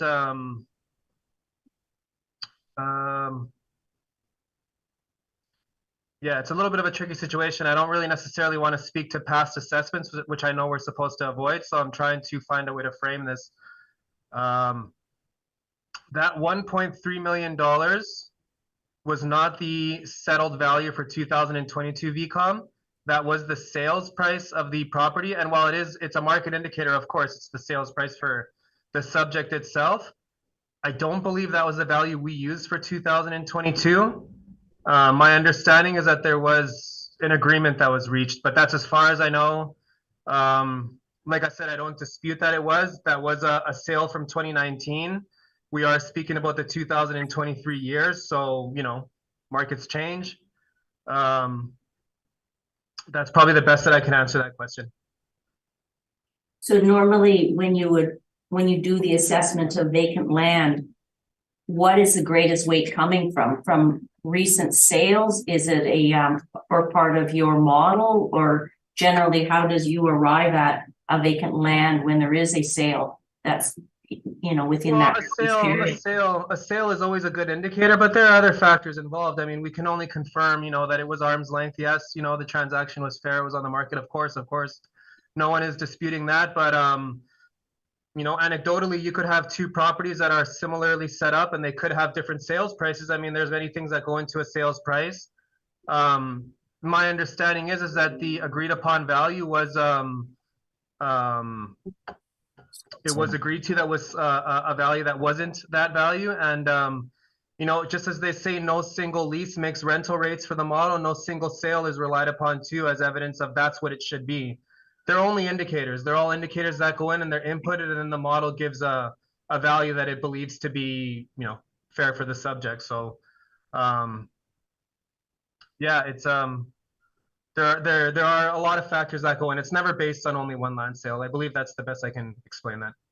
Okay, so would that mean that there was a number of comparables that were looked at, or other sales? Yeah, Sales. comparable sales, location, like if it's on a main road, if it's not, if it's on a corner. Yeah, I mean, there's a lot that goes into the land valuations of it, but it would primarily be like sales evidence, recent sales, as well as perhaps older sales that are factored in if there's nothing within the neighborhood. But again, this is probably speculation at best that I can say. I don't work in the modeling section itself. So I can only give evidence based on the information that I'm aware of, but I don't necessarily want to misspeak or mischaracterize exactly all the parameters that go in. That would be a question that would be reserved for someone who is knowledgeable of the exact details of what goes into the model. Thank you very much. Thanks. That's all my questions. Thank you. Mr. Marks. My question's been answered. Thank you Okay. very much. Okay, thank you. Thank you. Mr. Smith.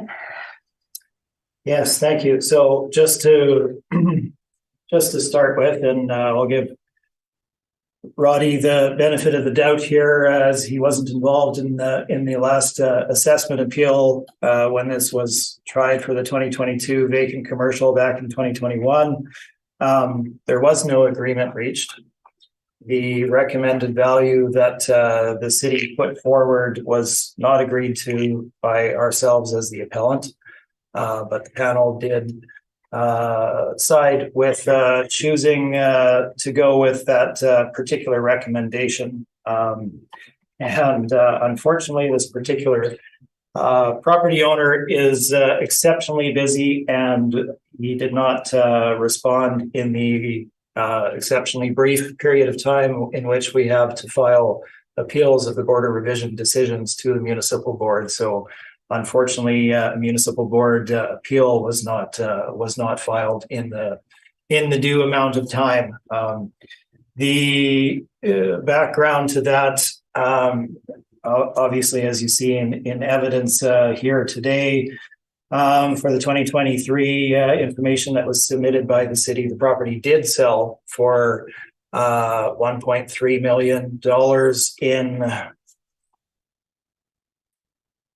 May of 2019. It's here, so bear with me. May of 2019. Ahead of the hearing, I spoke with City of Winnipeg about this issue. It's obviously post-reference. I couldn't put it in my material, but we had a valid sale. It was on the market, exposed to the property, marketed by a realtor, et cetera, sold at arm's length.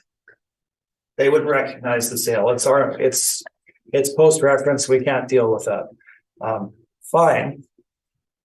You would think moving forward that they would have a closer look at that and perhaps reflect that in vacant commercial for the next time if it were to pop up as vacant commercial.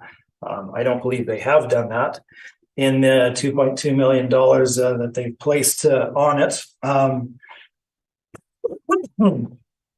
I was, of course, present in the last appeal for the property, and we'll look at a little bit of evidence here. I'm not sure how you want to handle the rebuttal information, Madam Chair, or if I should just Deal with it.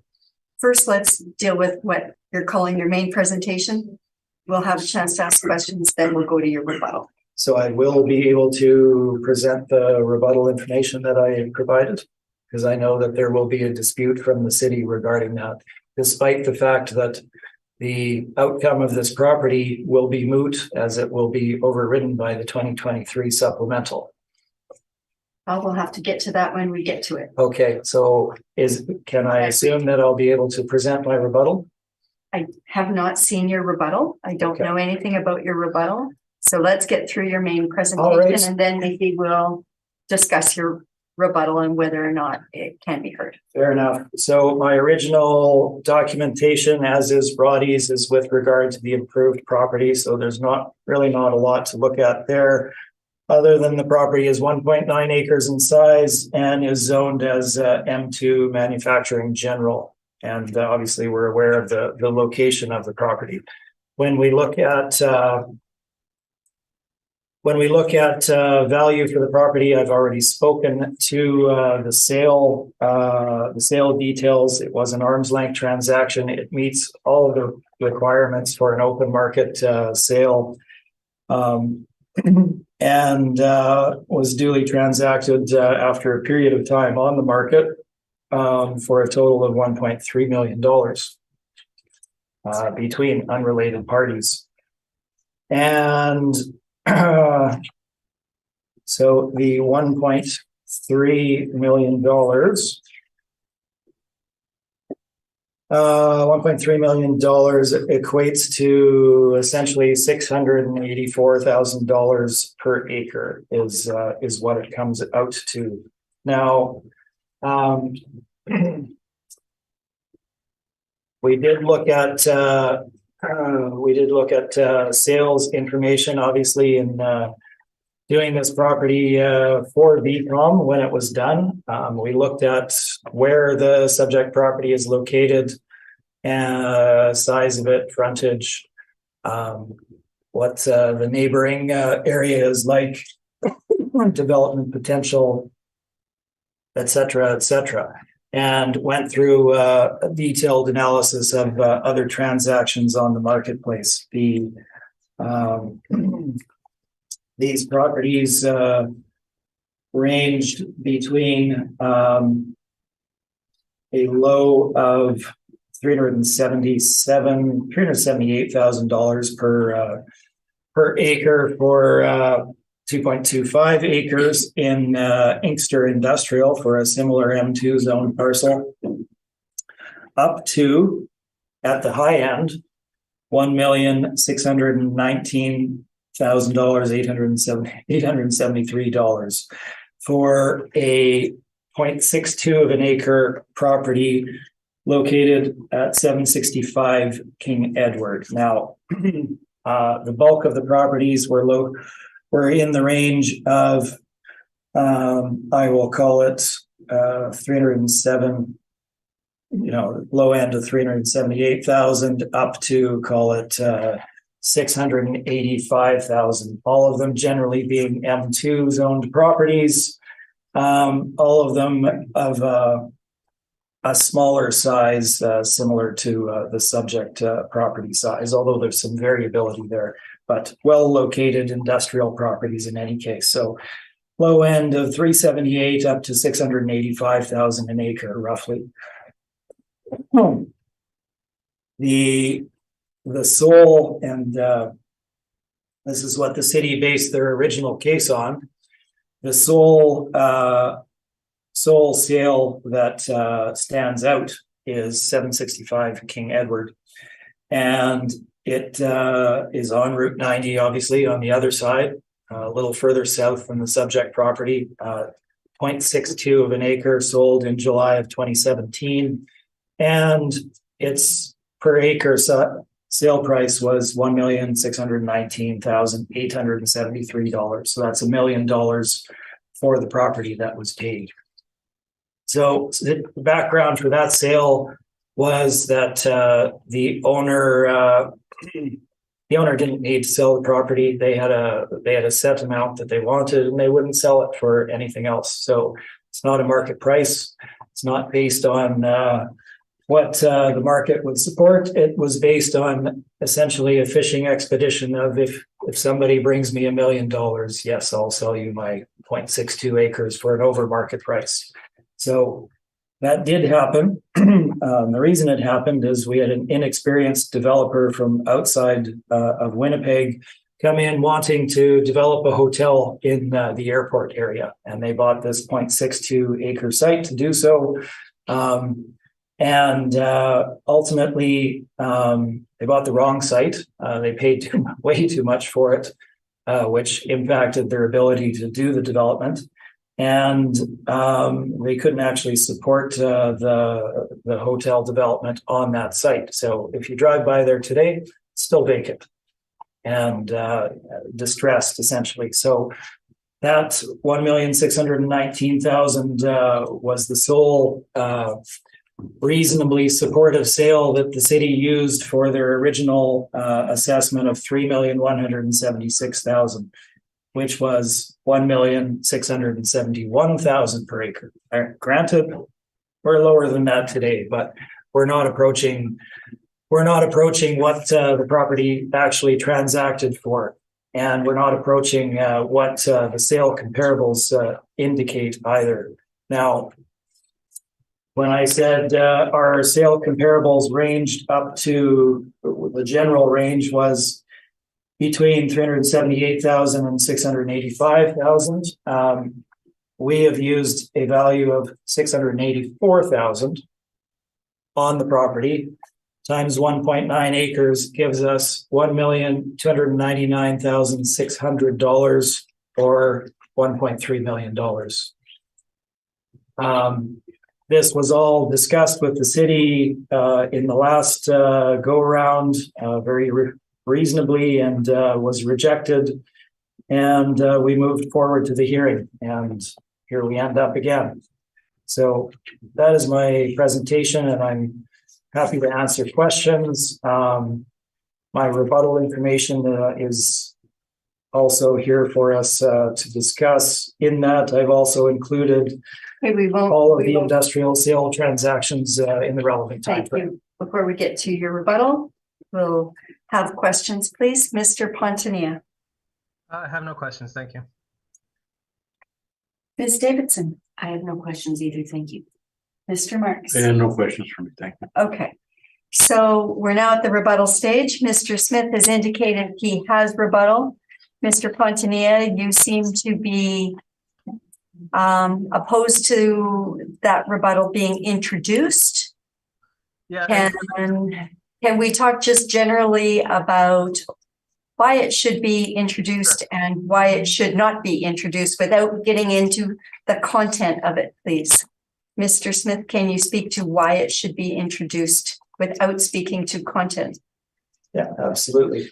So the original understanding by both the assessor here as well as myself is that we were appealing the 2023 supplemental. We duly prepared our reports on that basis, submitted them, and then discovered on the day of that that was not the assessment that was in appeal. So neither of us had presented information with regard to vacant commercial. Now, I had appealed this property for vacant commercial very shortly before this with an unsatisfactory result, but with considerable thought put into it. I thought that we would hear from the board as to what the steps would be in this highly unusual situation as far as how do we present information on this.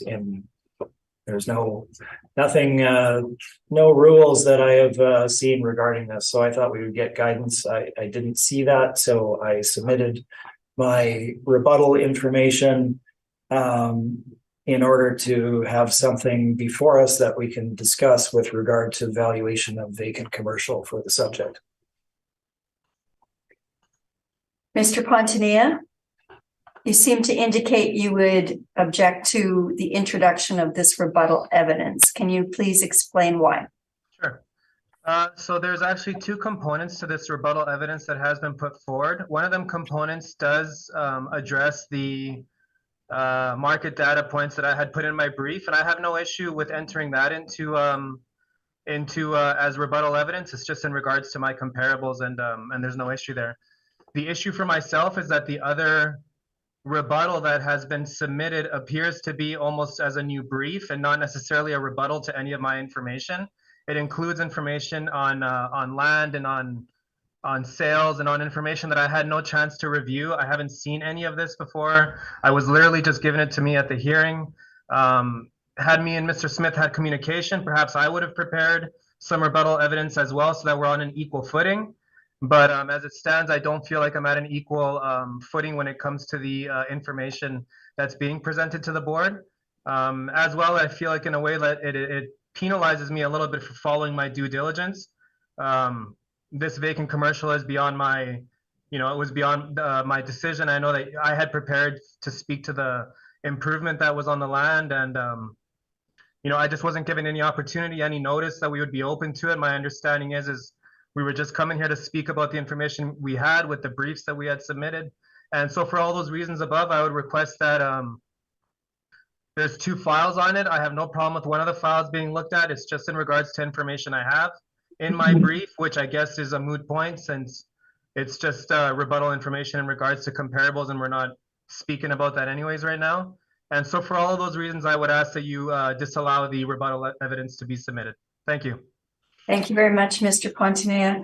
I think we'll adjourn for a discussion. Yeah, I had briefly. Sure. So just a couple of points, I guess, that have been raised. We are on equal footing. I wasn't in any different situation than the city was. I did actually reach out to the city with regard to the sale price. And we're not in agreement on that, obviously. So having had no further direction, it was I took the fair and reasonable assumption that we needed to be able to submit something in order to discuss an appeal where nothing has been submitted on it. So that is what I've done. It's not a last minute decision or anything of that nature to disadvantage the city. It was, well, here we are on the hearing day and nothing sits before us. All of this information that I submitted in the second rebuttal has already been put before the board and viewed in the past. I didn't change a single thing other than putting a cover page on it. So it's entirely up to you how you view that. Okay, give us a few minutes and we'll respond. Can I respond to that as well? Sorry, I don't want to be mischaracterized as having not done my due diligence. I received the notice from the Board of Revision that we were going to be continuing forward with the appeal as is. There was no information in regards to exchanging new evidence. There was no information in regards to any of that.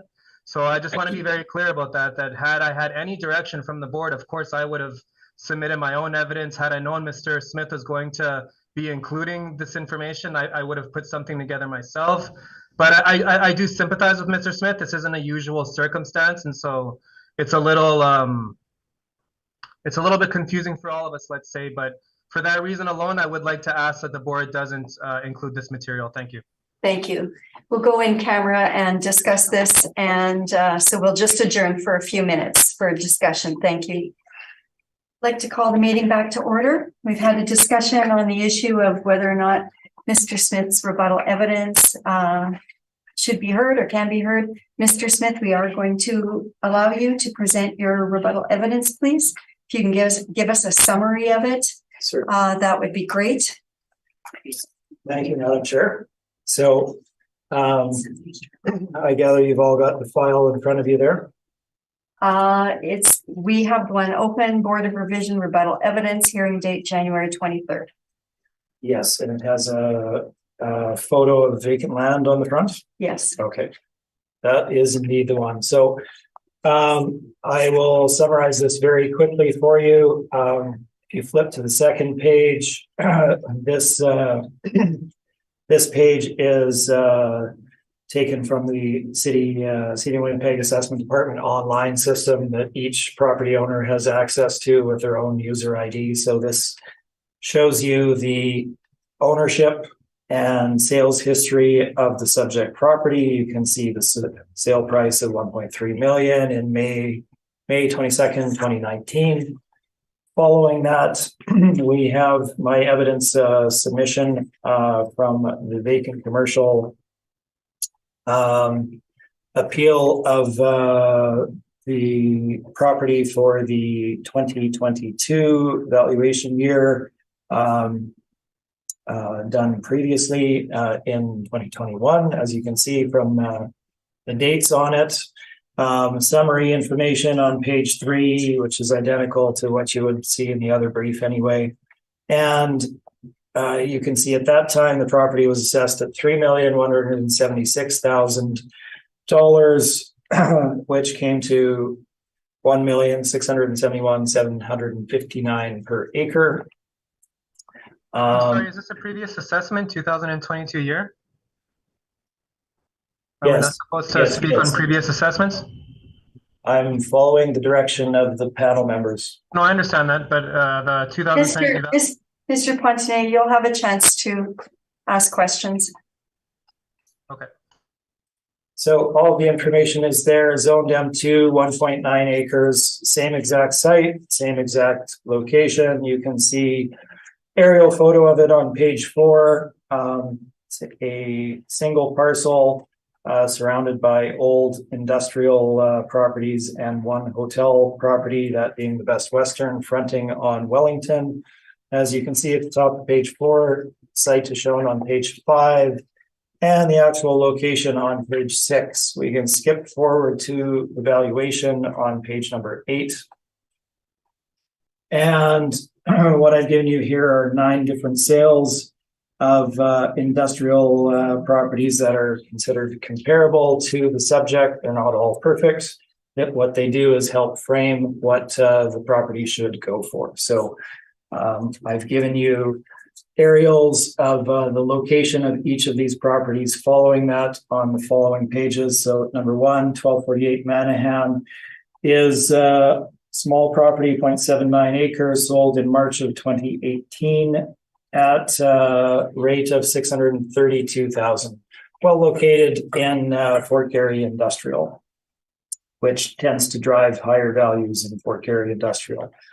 Similarly, 1145 Chevrier, 1.62 acres, selling in April 2017 for a rate of $810,446.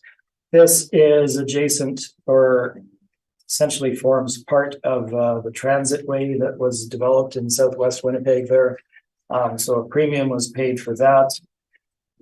Number 3, 1881 Burroughs, M2 zoned land. This was as shown on my page number 11. Was one of the few vacant parcels in Inkster Industrial, one of two larger remaining parcels that were available at that time. They both sold since, including this one. December 2016 sale, 2.25 acres, $378,000 essentially. Very well located in Inkster Industrial, but straight industrial. Number 4, property on Wilkes, 3.62. So again, similar size to the subject.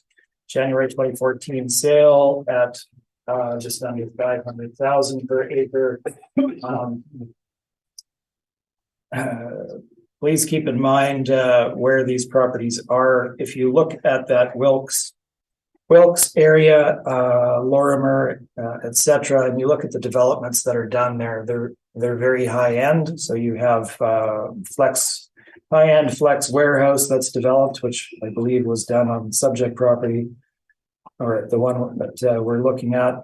You have high-end office, you have high-end multi-residential. So that informs you with regard to Wilkes. 1420 Waverly, number 5, 515,000 per acre, 4.76 acres in size. Again, extremely well located, just off the corner of McGillivray and Waverly, essentially, slightly to the south. It was purchased by the adjacent owner, so they paid a premium at just under $500,000 per acre, or rather, just over $500,000 per acre, 514. I included industrial in the Kenaston Bridgewater area, my number 6. Reason for doing this is there wasn't much land in Winnipeg that was much more highly valued than the commercial land and mixed industrial land in Bridgewater. So that transaction was in July of 2014 for $451,000. Significant demand for it. Traded for $451,000, granted back in July of 2014. Now we have a couple of newer sales. 1530 St. James Street, 0.72 of an acre, so smaller than the subject, typically driving a higher price, $589,000 per acre. Then we have 55 Fultz, very, very well located property in southwest Winnipeg, adjacent. Let's find my aerial for it. Yes, it's on my page 16 there. It is immediately adjacent to the Waverly Auto Mall. It was bought by one of the a new auto entrant to the city to develop a dealership on. So they were willing to pay a premium for that property, which they did, at $685,000 now. Finally, number 9, 765 King Edward. This was the single property that had any remote support for the city's original value in the last cycle. Granted, they are lower than that this time. It was 0.62 of an acre, so significantly smaller than the subject. And when you get under an acre, these are really small parcels. This was the property developer from out of Winnipeg that was going to build a hotel on site, and for various reasons cannot do that, and they are now stuck with that property. It remains vacant. And as you can see, they paid dramatically over market at $1,620,000 essentially.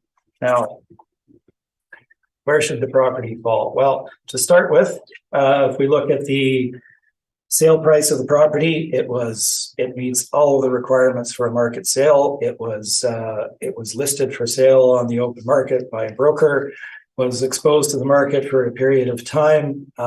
Both parties were well informed. There was no unusual financing or anything of that nature. And an offer was made and accepted, and the parties were arm's length. So the 1.3 million stands up. If you look at the sales that we provided, the top end of that range, for the most part, is essentially 685,000. The one that's dramatically higher, the hotel one, we can discount for the reasons I've stated. The one that is adjacent to or forms part of the transit way, obviously a premium was paid for that parcel, those parcels, to get that transit way done. And other than that, if we use the top end of the range that we've provided there, again, that being 55 Fultz, where they're paying a premium to acquire a property that abuts the Waverly Auto Mall, so they can build another auto dealer on it and be associated with that. That's 685,000. We used 684,000, which equates to 1.3 million in market value. If you look at the addenda of the material in that rebuttal, you can see all of the sales of industrial land over the period of 2015 through through that valuation date of April 1, 2018 for you to review. Now, the point will come up about what has happened since that time. Well, not very much, frankly. We headed into COVID and everything shut down. So as of March 2020, things plummeted. There were no transactions to look at. So our sale being in May of 2019 is a pretty good indicator of market value for the subject property. And that is my rebuttal. Thank you, Mr. Smith. Mr. Pontanilla, do you have any questions? No questions, thank you. Thank you. Ms. Davidson. I have no questions either, thank you. Thank you, Mr. Marks. Just one on the value indicator. There's 4 properties in there that were roughly about the same value as the subject property. Okay. And I was just wondering if that's a pretty good indicator that it falls within the guidelines of what the property's assessed at right now. Do you not agree with that? 4 properties. I'm not sure which ones you were looking at there. Well, what page is that on? Number 8.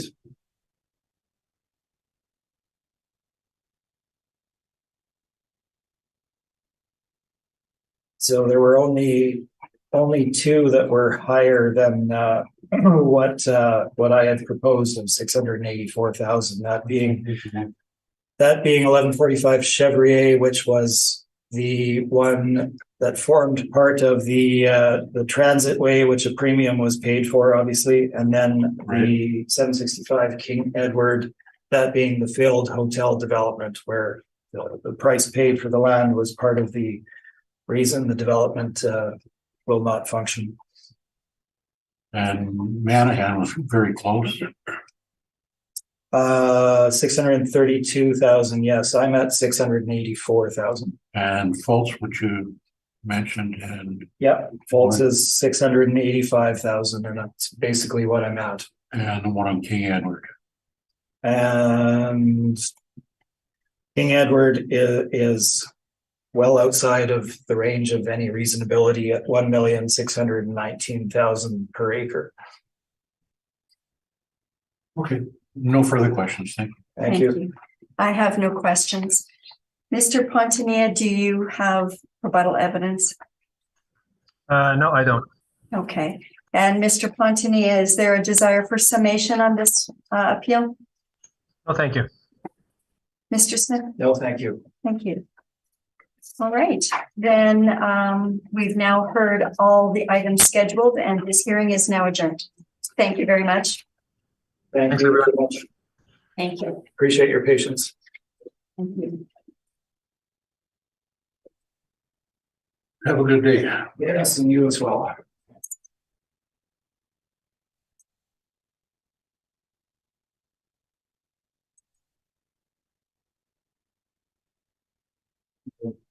Jackets inside. Thanks again. Thanks. I know.